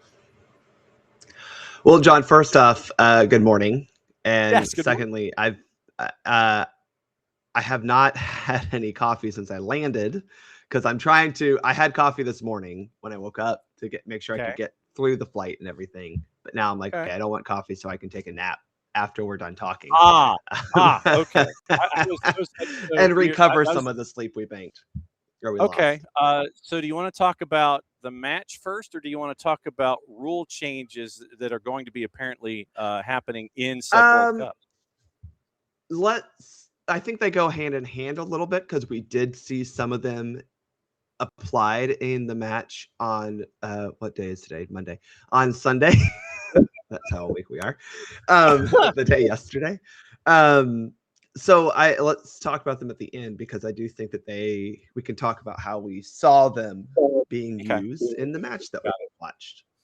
All right. So from 30,000 feet before we dive into each 45, 30,000 foot takeaways from what you saw at the bank with the U.S. men's national team.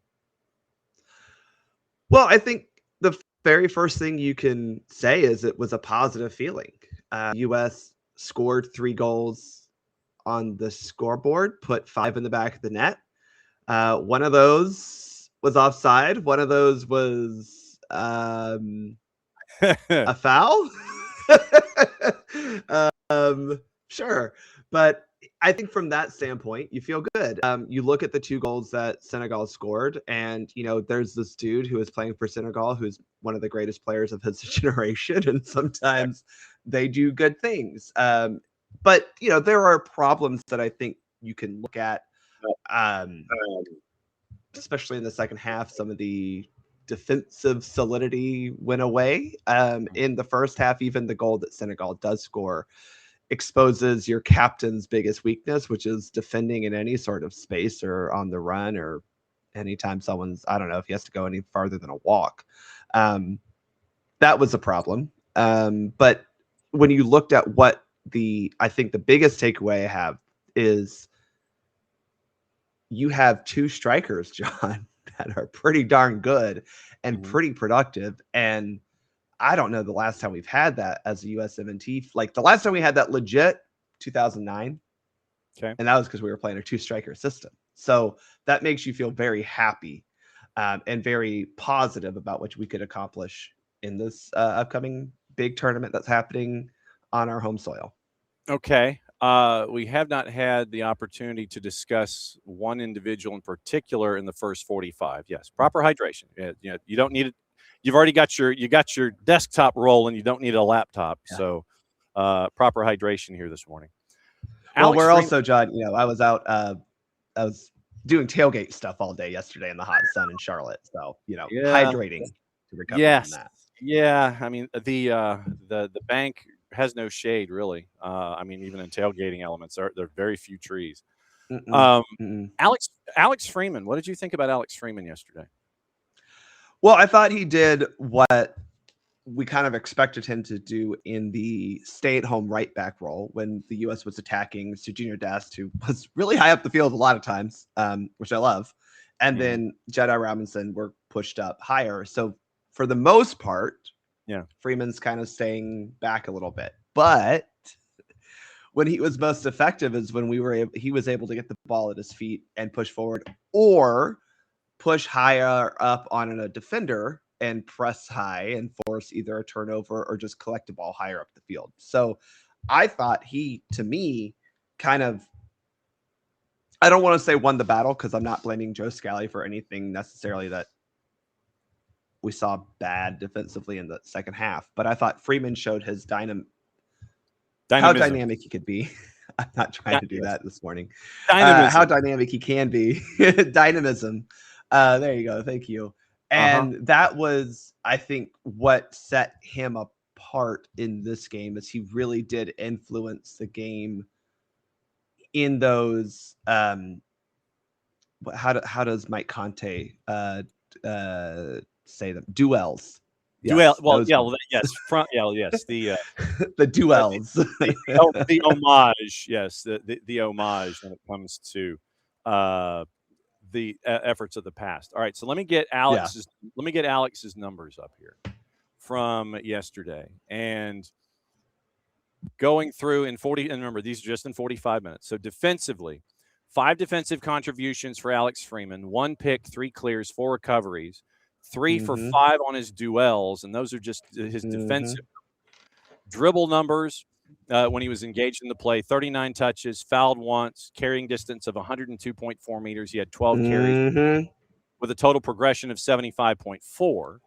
Then passing numbers, 27 of 28 passing for Alex Freeman, 96%, perfect in the opposition half. His only unintended target came in his own half. And then, if the one shot that he took was blocked, but that's not necessarily why he's out there. So you look at those numbers defensively and passing, 96%. Only one pass did not make its intended target yesterday for Alex Freeman in 45 minutes.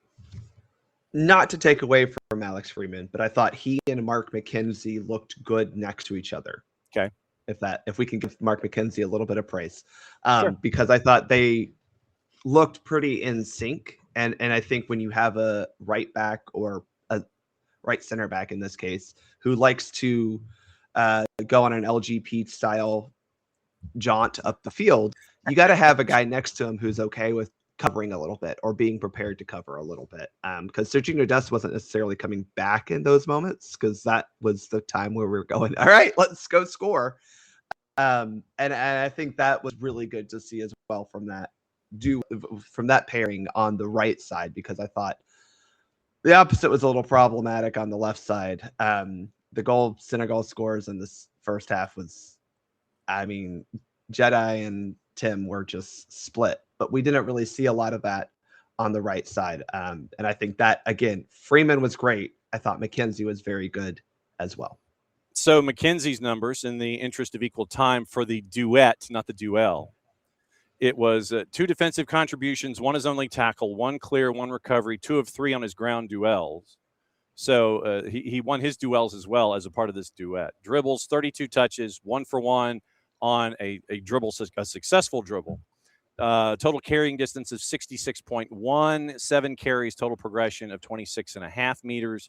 Passing on the day for Mark McKenzie, 27 of 29, 93%. 13 of 14 in the opposition half, 14 of 15 in his own. Had a long ball to his credit on the day as well. So those are your Mark McKenzie numbers on the other half of the duet, who won his share of duels. Sir, see. Can I ask you a question, John? I think we've covered the first half. I'll see. How did you feel about the whole freaking lineup change at halftime? Because I loved it. Fire wagon change, man. That's what. That's the thing. Like you want to get folks minutes. You want to get them into the rhythm. You want to see how they're going to work with their tag team partners in these situations. Because I don't think you're not going to just do a complete and total fire wagon shift change and have it be that group of 10 or that group of 11 that's there, save Sebastian Berhalter, who played till the 75th. But it's not going to be that lineup each time out. But if it is that lineup, then you do get to see how they interact with each other. I was totally cool with a complete and total shift change. I'm fine with that. Yeah. This has been one of my pet peeves of international friendlies for the longest time is why do you limit yourself to 6 subs? Because to your point and my thought process of like, you're trying to see players, you're trying to try out things. I never understood why we're like, you can only make 6 subs in an international friendly. And then, we moved up to 5 subs allowed in the competitive matches, and they were still like, well, only 6 subs. And you're like, all right, this is silly. It was interesting though, John. I don't necessarily know if we can make any inferences about Pochettino's preferred 11 from this. Yeah, right. Because, well, first off, Chris Brady starts in the second half. Yeah. Great. He gets his first ever cap. I don't know if that means anything in the long term other than we wanted him to get playing time before the World Cup comes around. But, Balogun's the one who scores and puts 2 balls in the back of the net. Pepe played really well. I don't know if either one of them, to me, Balogun is still the first choice striker. Pepe did really well to show that, like, hey, I can do it too. But I don't think we learned, like, well, my bias is Balogun is better, so I'm going to lean on that. But when you looked at the game, you can't go, well, clearly this guy's the number one. And I think that's a good problem to have. I do find it interesting that Gio Reyna started and got 45 full minutes after all the consternation that some folks had over him making the roster after not playing a whole lot for Mönchengladbach. But to me, I think that was more of a statement from Pochettino than anything. Not necessarily that he's a starter, but just he's good. I trust him. We think he's fine. He's fit. He can play. It's like, that's why we have him here. He's out there because we think he can play, and he showed you that in his time. So it's like it is a friendly. You're trying to find out some answers. If you're accomplishing things, cool, and it's about the onward path. It's not and finding answers to specific questions. Like the win is cool, but somewhat secondary in this process. And now you have some things that you can play with heading into Chicago coming up on the weekend. The 3 strikers, when you look at them individually, what do they bring to the table in your mind? I'm just saying, like, okay, so-and-so has this part of his game. So-and-so is this kind of a striker. So-and-so is this kind of a striker. I'll get to the Venn diagram as my B question, but where are their skill sets and what do they bring to the table for those that are looking at those 3? Well, I think first off, let's remember Haji Wright plays a little bit more as a left-sided attacking player. He's not a true striker in the center of the pitch. Right. So he does bring a little bit more of a winger quality to him, if that makes sense. Yeah. Now, I'll also say Pepe played a good bit on the left side for PSV this year as well, but he's a striker. Pepe is, in my opinion, a much better finisher. Hold on, not much better, a better finisher than Flair and Balogun. He has a slightly more clinical finishing ability than Balogun does, but Balogun is really good at making his own chances come about. Pepe is a little bit more reliant on service.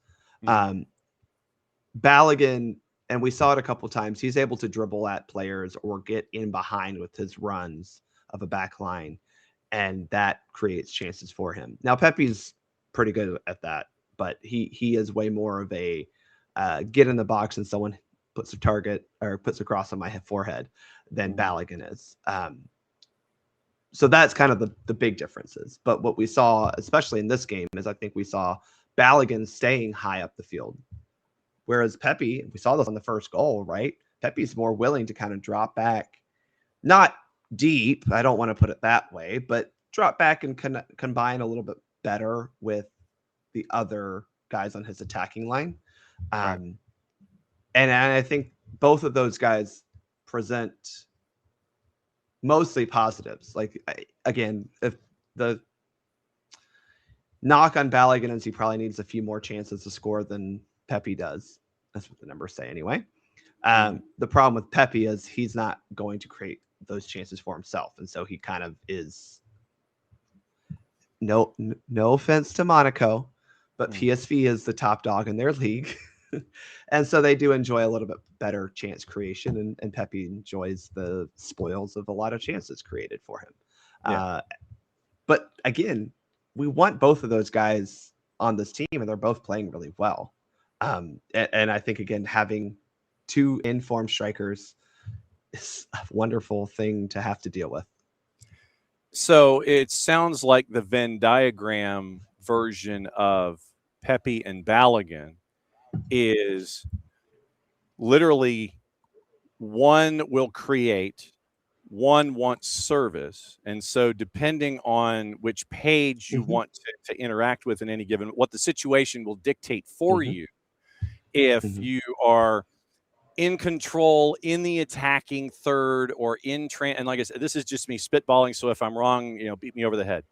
So if you're in more of a controlled environment, for lack of a better phrase, then feeding Pepe might be your answer. If you are in transition and trying to get something done quickly, when you've got possession, trying to turn, move, go attacking third, and go forward, Balogun may be your best option in those ideas. Am I wrong? Yeah. I don't think you're wrong. I would just say that Balogun has done it against both types of teams for the U.S. Okay. Now, granted, Pepe has too. So, again, that's kind of the benefit. But Balogun has his, I hate to say track record, but his match listing, if you will, tends to skew toward much better opponents, and he has scored a decent amount of goals against those much better opponents. Whereas Pepe, maybe to your point, in games that we know we're kind of controlling a little bit better, he's a great striker to have at the top of the line because he's going to get in good spots and finish off goals. But that's not to say that Balogun can't do that. Right. But yeah, I mean, I think you summarized it pretty well. Yeah, because I was trying to think of the Venn diagram of where they are similar and where they are different, and so that was kind of what I was trying to gauge. The similarities are they're both relatively tall and slender. They're not they're not big, but they are pretty tall. And Haji Wright has that same body type too, right? They're about 6'1", but they're not necessarily knocking down guys, which is something Pepe is getting a little bit better at, but he struggled with kind of in the beginning of his time over in Europe. So he's learning. He's very young. Yeah, you don't have the stereotypical power forward like Big Pat in camp. No. Yeah, you don't have the three of them are not your power forward types like no David Robinson's out there for an NBA Finals reference. Right. Yes. By the way, okay, David Robinson. Actually, we have old people watching the show anyway. David Robinson was a player for the Spurs back when the Spurs were dominating. Yes. And he played with Tim Duncan. Yes. They were two very tall, agile. Yes. Yeah.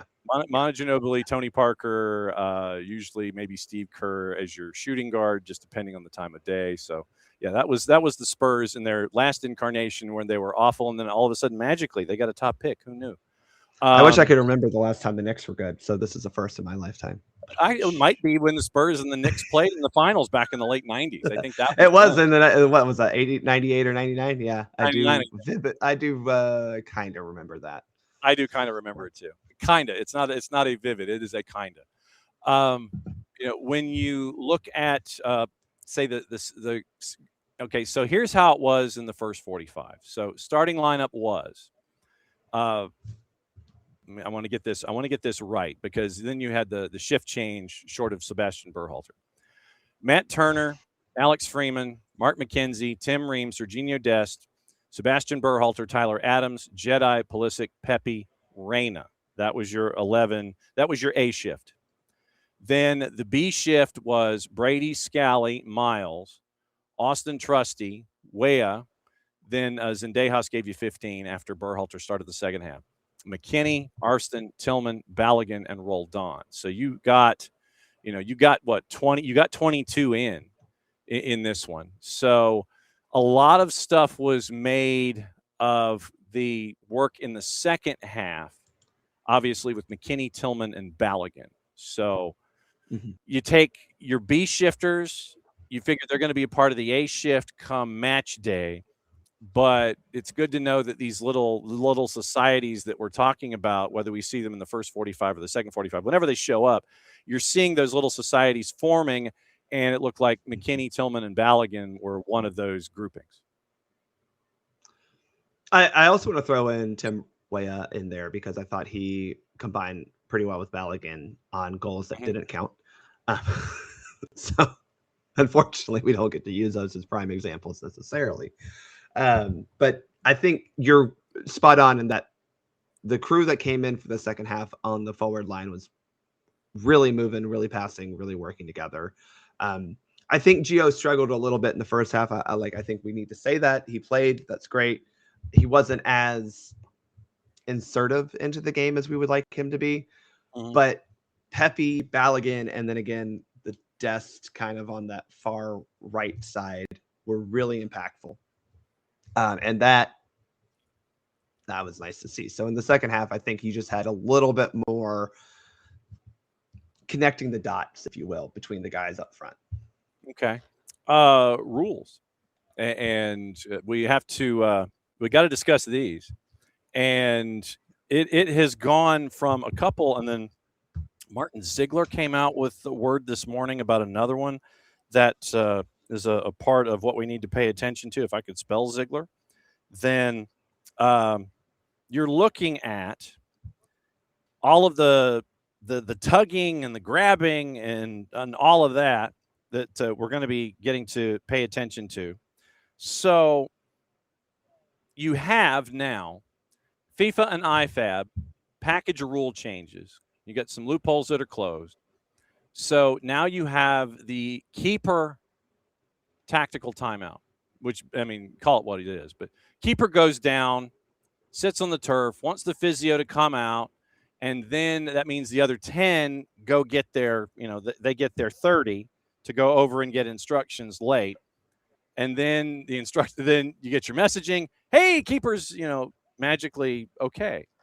So ref chief Pierluigi Collina says that ain't going to happen at the World Cup. Keeper's injured. Players have to stay where they are.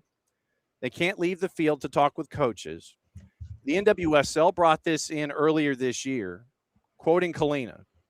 It's quite weird that there really is only the referee, the physio, and the keeper on the field of play. All the other players leave the pitch, and it is not good.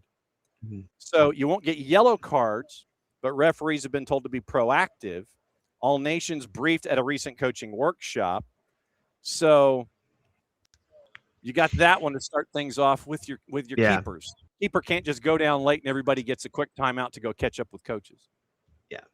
Well, okay. Let me say this in defense of the goalkeepers. Sure. Sometimes it's time people need a break. Yeah.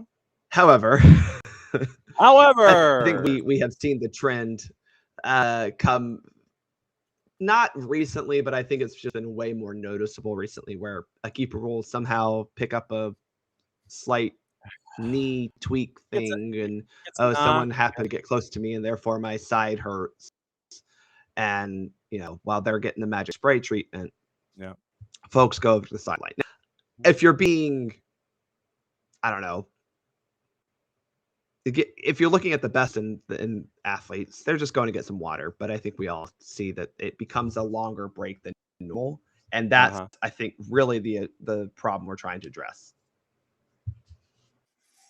So do you like the idea of, hey, okay, no, you stay where you are. You don't get a card or nothing. Yeah, I mean, it's like when I'm refereeing a lot of times, like especially rec, but like if you're doing anything under the age of 13, a lot of times someone gets hurt, everyone takes a knee. Yes. Because in football we take a knee, so, right? Solidarity with our teammate or whatever random thing that some dude from the South made up because he couldn't articulate why he didn't want to deal with kids at practice. But that is kind of what we're asking them to do. Like, nope, take a knee. Everyone sit down, take a knee.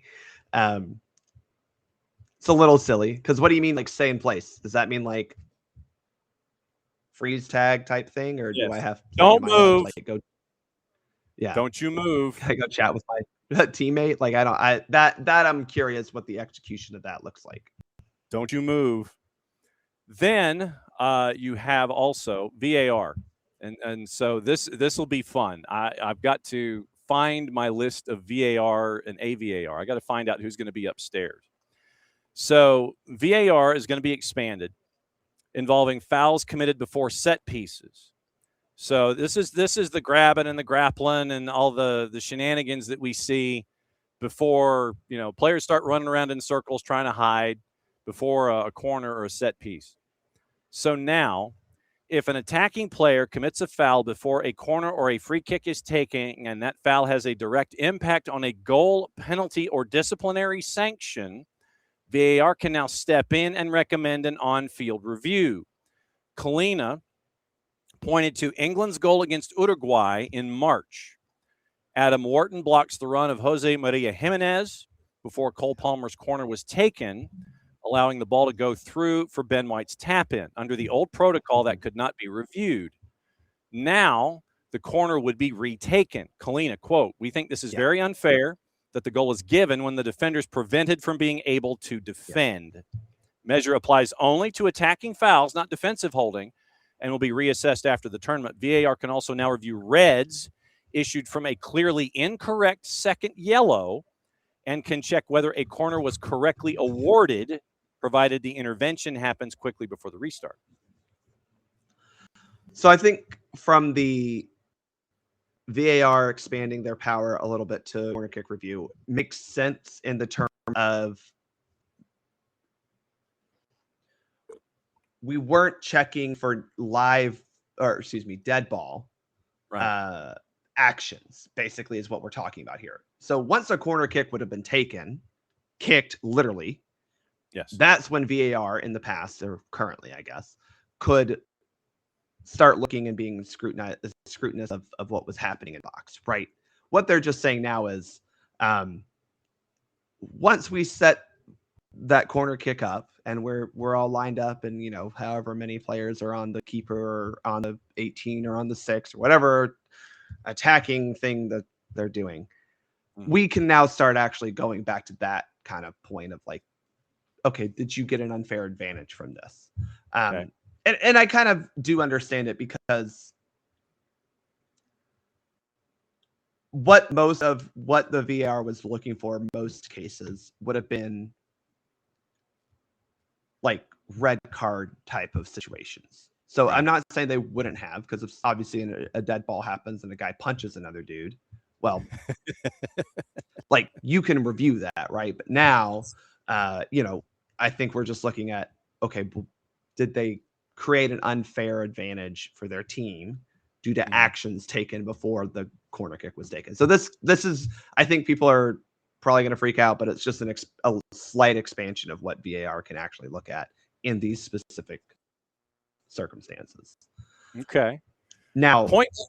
Yes. Continue. What I am very curious about, what I am very curious about is second yellow card. Incorrect.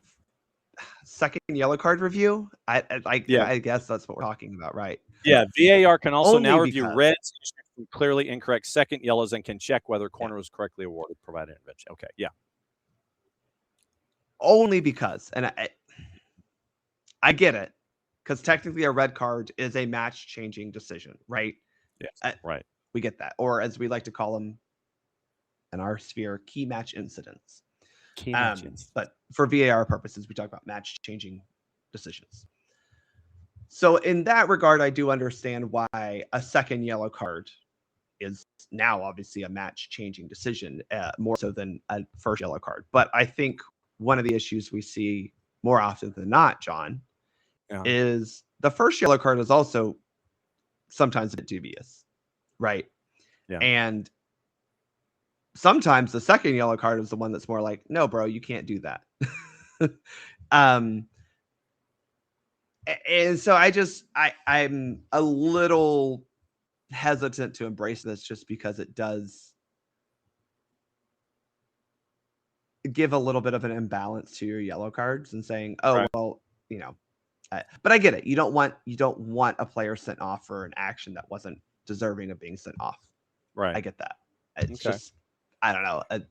Why don't we get to review the first yellow card? That's all. And that was where I was going to go. I mean, is that where we're headed, to where VAR? Well, but VAR should be already, if it's if VAR should be keeping an eye on those first yellow card incidents anyway. So wouldn't the mistake fall on VAR if they don't adjudicate the first yellow in the first place? Does that make sense?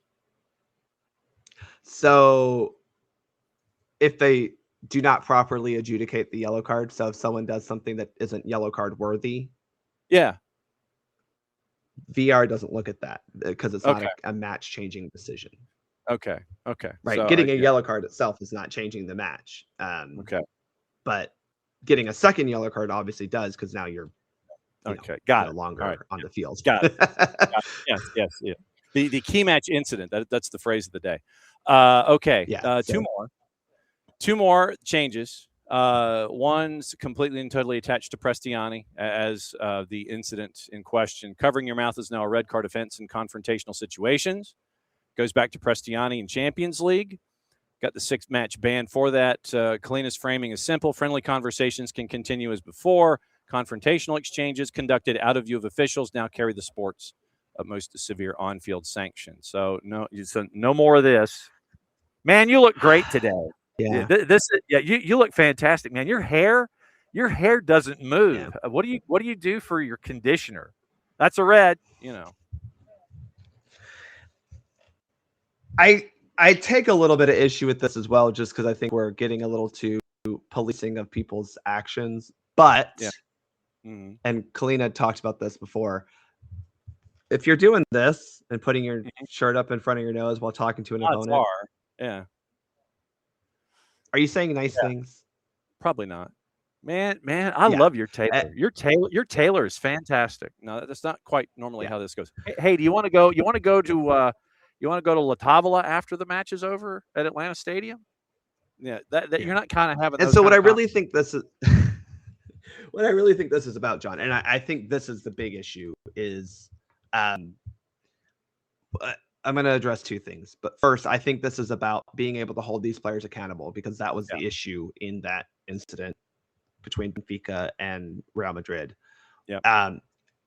In the sense that FIFA and IFAB and federations across the world are really trying to stamp out abusive language. And so if you can't see the lips when they're saying a word, right? And then I didn't say that word. I said this other word, which, by the way, was still a bad word. I don't know why we thought that was somehow better. Well, I do, but it wasn't.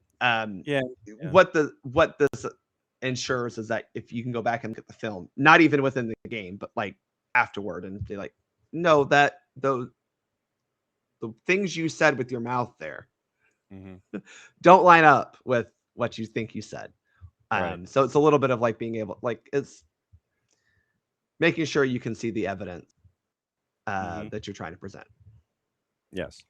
But again, I just have a slight issue with this because it's expanding, not referee control, not necessarily wrong with that, referee responsibility in ways that requires us to then sometimes not be focused on other, I don't want to say more important, but other more pressing or higher priority things, right? So if there's a player who is hurt and the player who hurt them is trying to say something, but then their two teammates come walking up and one of them has their mouth covered, like I, as a referee, am not looking at that. So I really hope this is more of a VAR / basically a disco committee type thing more than it is putting this onus on the referees on the field. Right. Okay. Item number 4, hands up, time wasting crackdown. Refs are going to use a visible 5-second countdown on goal kicks and throw-ins. Possession flips if you hit 0. Substituted players once again, 10 seconds on or off, and if you don't meet that 10 seconds, then it's a power play for a minute. Kind of hate it.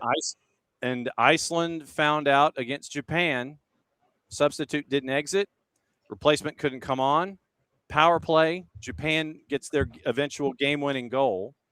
Outfield players who receive on-field treatment also have to leave the pitch for 60 seconds after the restart. We know this from MLS Next Pro, so that one's not strange. That one's not strange to us. We've known that one from MLS Next Pro for the last 2 years. Exceptions, obviously, severe injuries and keepers. So you're not a fan of number 4, are you? No. No. I don't like let me count. I got to do this all the time. We've already added it to the goalkeeper thing. And that I kind of understood a little bit more because there was already a rule in place of how long the goalkeeper could have the ball. Yeah. And I get it. People don't want the goalkeepers to be taking forever to take a goal kick or whatever or what have you. He's lollygagging to the left. Now he's lollygagging to the right. What does that make him? Yeah. I get it. Yeah. But what bothers me is there was nothing in the rules before that said you had to take a restart quickly. So now all of a sudden we're like, oh, they didn't take it quickly. Yeah, well, I'm saying this as a goalkeeper, right? With a sprained MCL and another bad knee. I'm not in a hurry. Why am I sprinting to go get this dang ball? Especially late. Absolutely not. I'm tired, boss. And so I can kind of see that, I think it's once you put the ball down, which I do kind of agree with, like, hey, we put the ball down, we need to play. Yeah. I don't like this. I think this is adding a lot of rules to a game that is governed by laws. Yes. And that distinction, you have rules and laws. So you're making distinctions here. And so I think that is something that we need to keep an eye on. Laws and rules. And so that's literally there's a delineation there that we've got to keep an eye on. So there is. I mean, it's rules are like for MLS, right? Rules are you can have a 23-man match day roster, and subs have to be, if you make a sub, you have to submit a piece of paper to the fourth official who then. But that is not in the laws of the game. That is a rule of competition. Right. Right. You get what I'm saying? Yeah. This feels like we're trying to make rules part of the laws of the game. And I don't like that because it'll trickle down to what I do at the youth level. And one thing I'm not going to do? Sorry. I don't like it now what I have to count for a keeper. Tell a kid who's 13 years old trying to compute 17 different permutations of what I'm supposed to do with this ball. You didn't do it quick enough, kid. You took 5.5 seconds to decide that you needed to actually just pass it to your left back because your coach was screaming at you. Your center back was screaming at you. 3 parents were also screaming 3-7. Actually, somehow 3 parents were screaming 12 different directions at you. And you're going, what do I do? So that is where I get annoyed with this. is because it'll trickle down to me. And some coach on some dingbat, probably from England, is going to say, hey, it took 5 seconds. And I'm going to go, okay, I don't give a shit.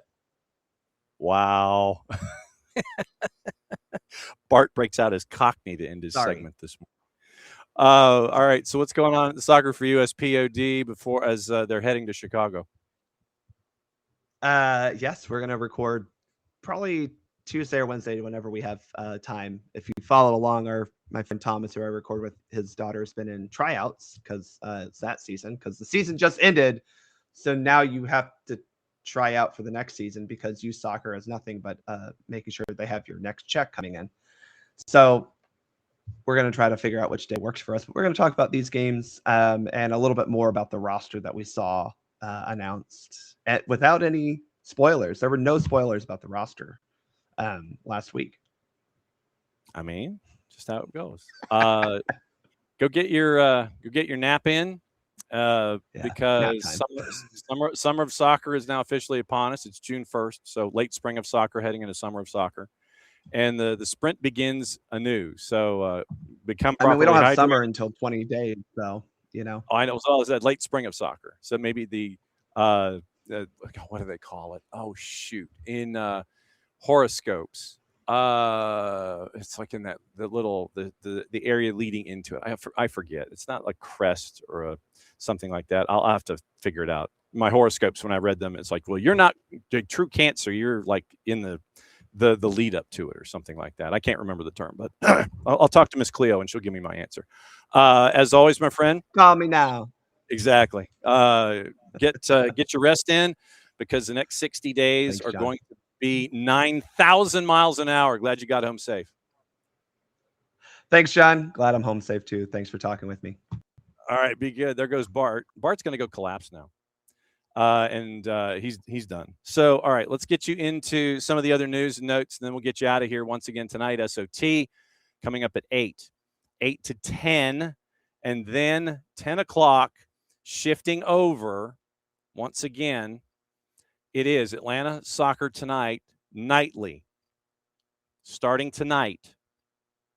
10 o'clock, 92.9 The Game, three-dimensional experience, and it's going to be combinations of Atlanta Soccer Tonight, stoppage time, because the starting time for AST and stoppage time is going to waver because of late night games and things like that. So just be flexible with it and set your notifications. Tonight, after SOT, AST begins its nightly run for the next 2 months, 7 weeks, 8 weeks.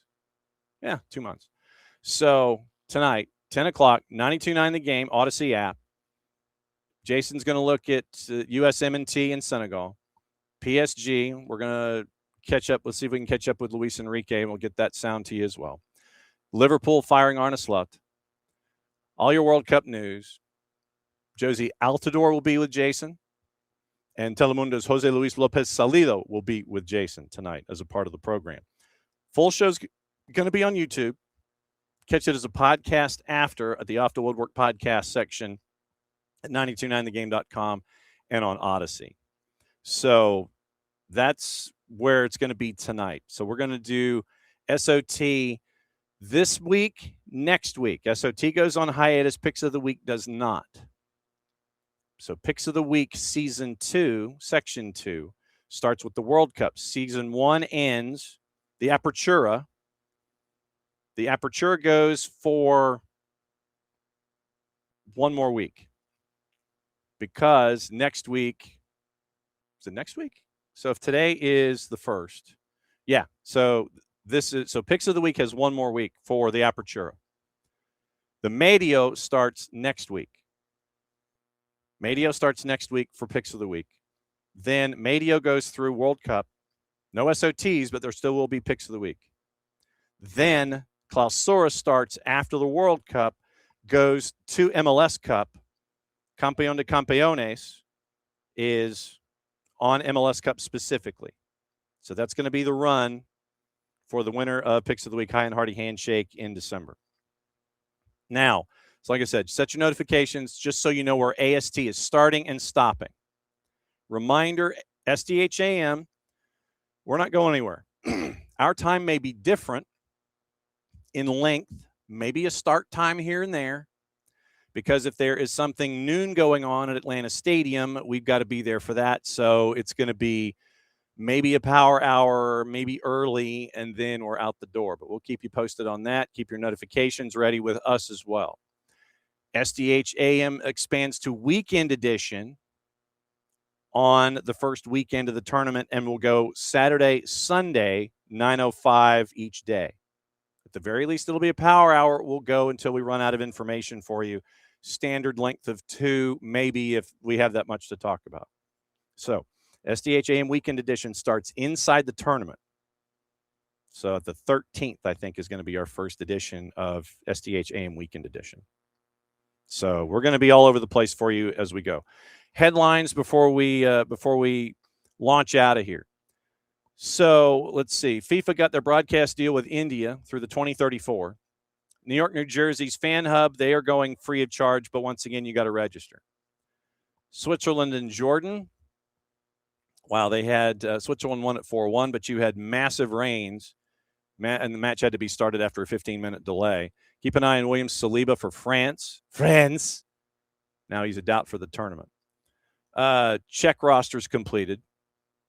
And you had 17-year-old Hugo Sochurek making the final cut. Youngest player ever to appear for the Czech national team.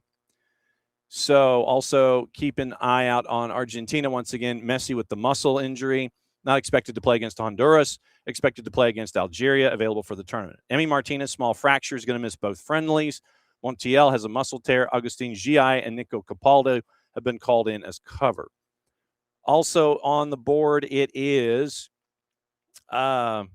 Mexico announcing their 26-man roster. Javier Aguirre kept Guillermo Ochoa on the roster at the age of 40. Sixth time, enters as a backup to starter Raul Rangel.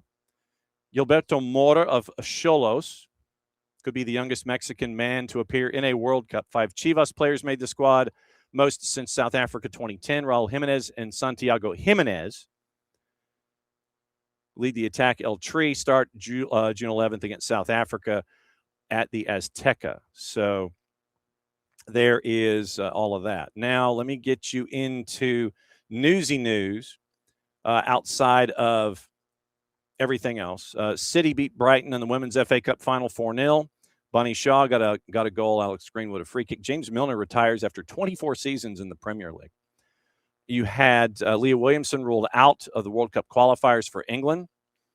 Ralph Rangnick has a decision to make on AC Milan. And that brings us to the gossip, rumor, and innuendo and what to watch, where to watch it, how to watch it. That what to watch, where to watch it, how to watch it, brought to us by our friends at Fanatis, ftz.co/soccer down here. That link is important. Helps you out, helps us out, helps them out as well. So you can get all of the streaming that you need for everything going on in South America. CDO gets you Chile. TVV gets you Venezuela if you want to add it. You get Liga 1 Max Pro out of Peru. You can catch up with everything going on with our friend Nino Torres. That you also get all the BNs, and I mean all the BNs, which means you get Libertadores, Sudamericana, everything going on the African continent, CAF, Champions League, AFCON qualifiers. They had U17 on the weekend, so everything Middle Eastern and North Africa. MENA with BN, you get all that. You get everything that's tied to them in South America as well. You get Copa Argentina from TIC with all of their great programming that they have out of Argentina. You also get ties to CATV and Tigo Sports. You also get, who am I missing? A good start. It's a good start, but pretty much a lot of the A and B divisions in South American football as well.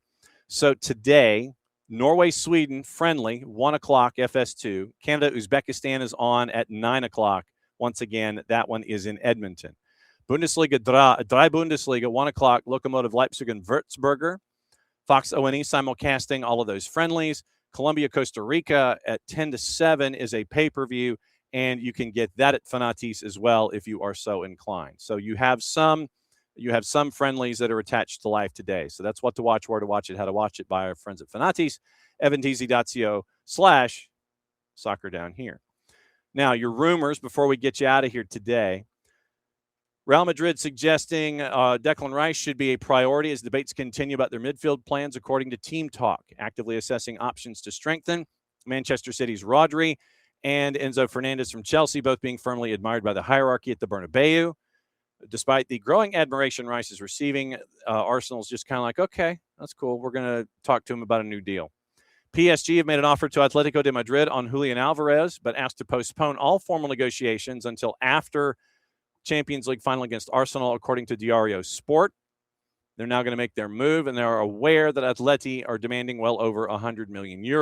That could further intensify their efforts to sign Alvarez, expected to miss out on Yan Diomande to Liverpool. Mundo Deportivo suggests Barca have made a €100 million offer as well. Mikel Arteta wants to sign Morgan Rogers, despite PSG also showing interest in the Villa midfielder, according to the Mirror. Belief that Villa might be willing to let the 23-year-old leave to help balance their books. Team Talk have reported also City firmly in the race with Arsenal and Chelsea to sign Rogers, actively involved in discussions. Darwin Nunez, name brought up between negotiations with Al Hilal and Barca regarding Joao Cancelo, according to Mundo Deportivo. Could be a possibility. Striker terminates his deal, having been left out of the Saudi Pro League club squad for league matches since the winter window due to Al Hilal signing Karim Benzema. He is also, meaning Nunez, linked with Premier League clubs and sides from other major European leagues. So everybody likes him. Barca have reached a complete agreement with Bernardo Silva to sign as a free when the contract expires. Deal's not yet finalized, according to AS. He'd always prioritized them despite interest from Atleti, Benfica, Turkey, France, Italy, and others, including Saudi Arabia. Deal still needs approval from Hansi Flick, who isn't as jacked up on the idea as everybody else is. And he's the sporting director and the president. PSG considering also signing Bournemouth striker Eli Junior Krupi along Yan Diomande. That's from L'Equipe. Bournemouth is not interested really in selling Junior Krupi at the moment. But as our friend Ted DiBiase always used to say, the $1 million man, everybody's got a price. Manchester United closing in on a deal to sign Atalanta's Ederson, hoping the deal close to £35 million, according to TalkSport. Fabrizio Romano. Ibrahimo Konate has several opportunities, including at least 2 Saudi Pro League clubs after the announcement that he's leaving Liverpool on a free. Gazzetta dello Sport, Allison, informing Liverpool's new manager he wants to leave Anfield and join Juve. Juve also looking at Crystal Palace striker Jean-Philippe Mateta and PSG's Randall Colomawani. Inter Milan focusing on signing Curtis Jones and Marco Palestra from Atalanta in the summer. That's from Tuttosport. Gazzetta again. Manu Kone, David Fratesi, Evan Ndicka, and Carlos Augusto could all be included in deals in between Inter Milan and Roma this year. Gazzetta also says that Inter Milan will not sign David Alaba or Harry Maguire due to their age and salary. Main defensive options, Udinese's Umar Soleil. Everton, one of various Premier League clubs, keeping an eye on Tati Castellanos, following their relegation, according to Football Insider. Football Insider also says Hayden Hackney from Middlesbrough has emerged as a leading option for Crystal Palace. And Southampton winger Leo Cienza is keen to join Leeds, take the step up to the Premier League. Nicolas Shearer, Leipzig is interested in Lovro Mayer, who's going to leave Wolfsburg this summer, considering they were relegated. Torino interested in Roma forward Luigi Cherubini, who spent the season on loan at Sampdoria. Foot Mercato, Stade Rennais, willing to offer around €10 million for Venezia midfielder Antoine Hainaut. So that's your gossip, rumor, and innuendo. And that's where we are on a Monday. So we have all reacted, and it is now time for the team to come back to Atlanta, suburban Atlanta, get ready for the matchup in Chicago on the weekend. We'll keep you posted, and we know when we can head down to the the U.S. Soccer Arthur M. Blank National Training Center down in Fayetteville. We will be heading that way, and we'll line it all up for you and let you know what is going on down there. Remember, the U19s are also practicing down there for the next 8 days, and their tenure is going to wrap up with a match, and that is going to be on the 9th. Obviously, we'll keep an eye on the U19s. A lot of the U's have their camps right now, and they're spread around the world. We'll try to keep up with them as best we can and let you know what's going on in these windows, whether it is WNT, U19, 17s, 15s, all the youth national teams are getting ready. And so they're all around the planet. The U19 men's team is here. We'll try to keep an eye on that in addition to the national team as they get ready for the round in Chicago. I think that's a show.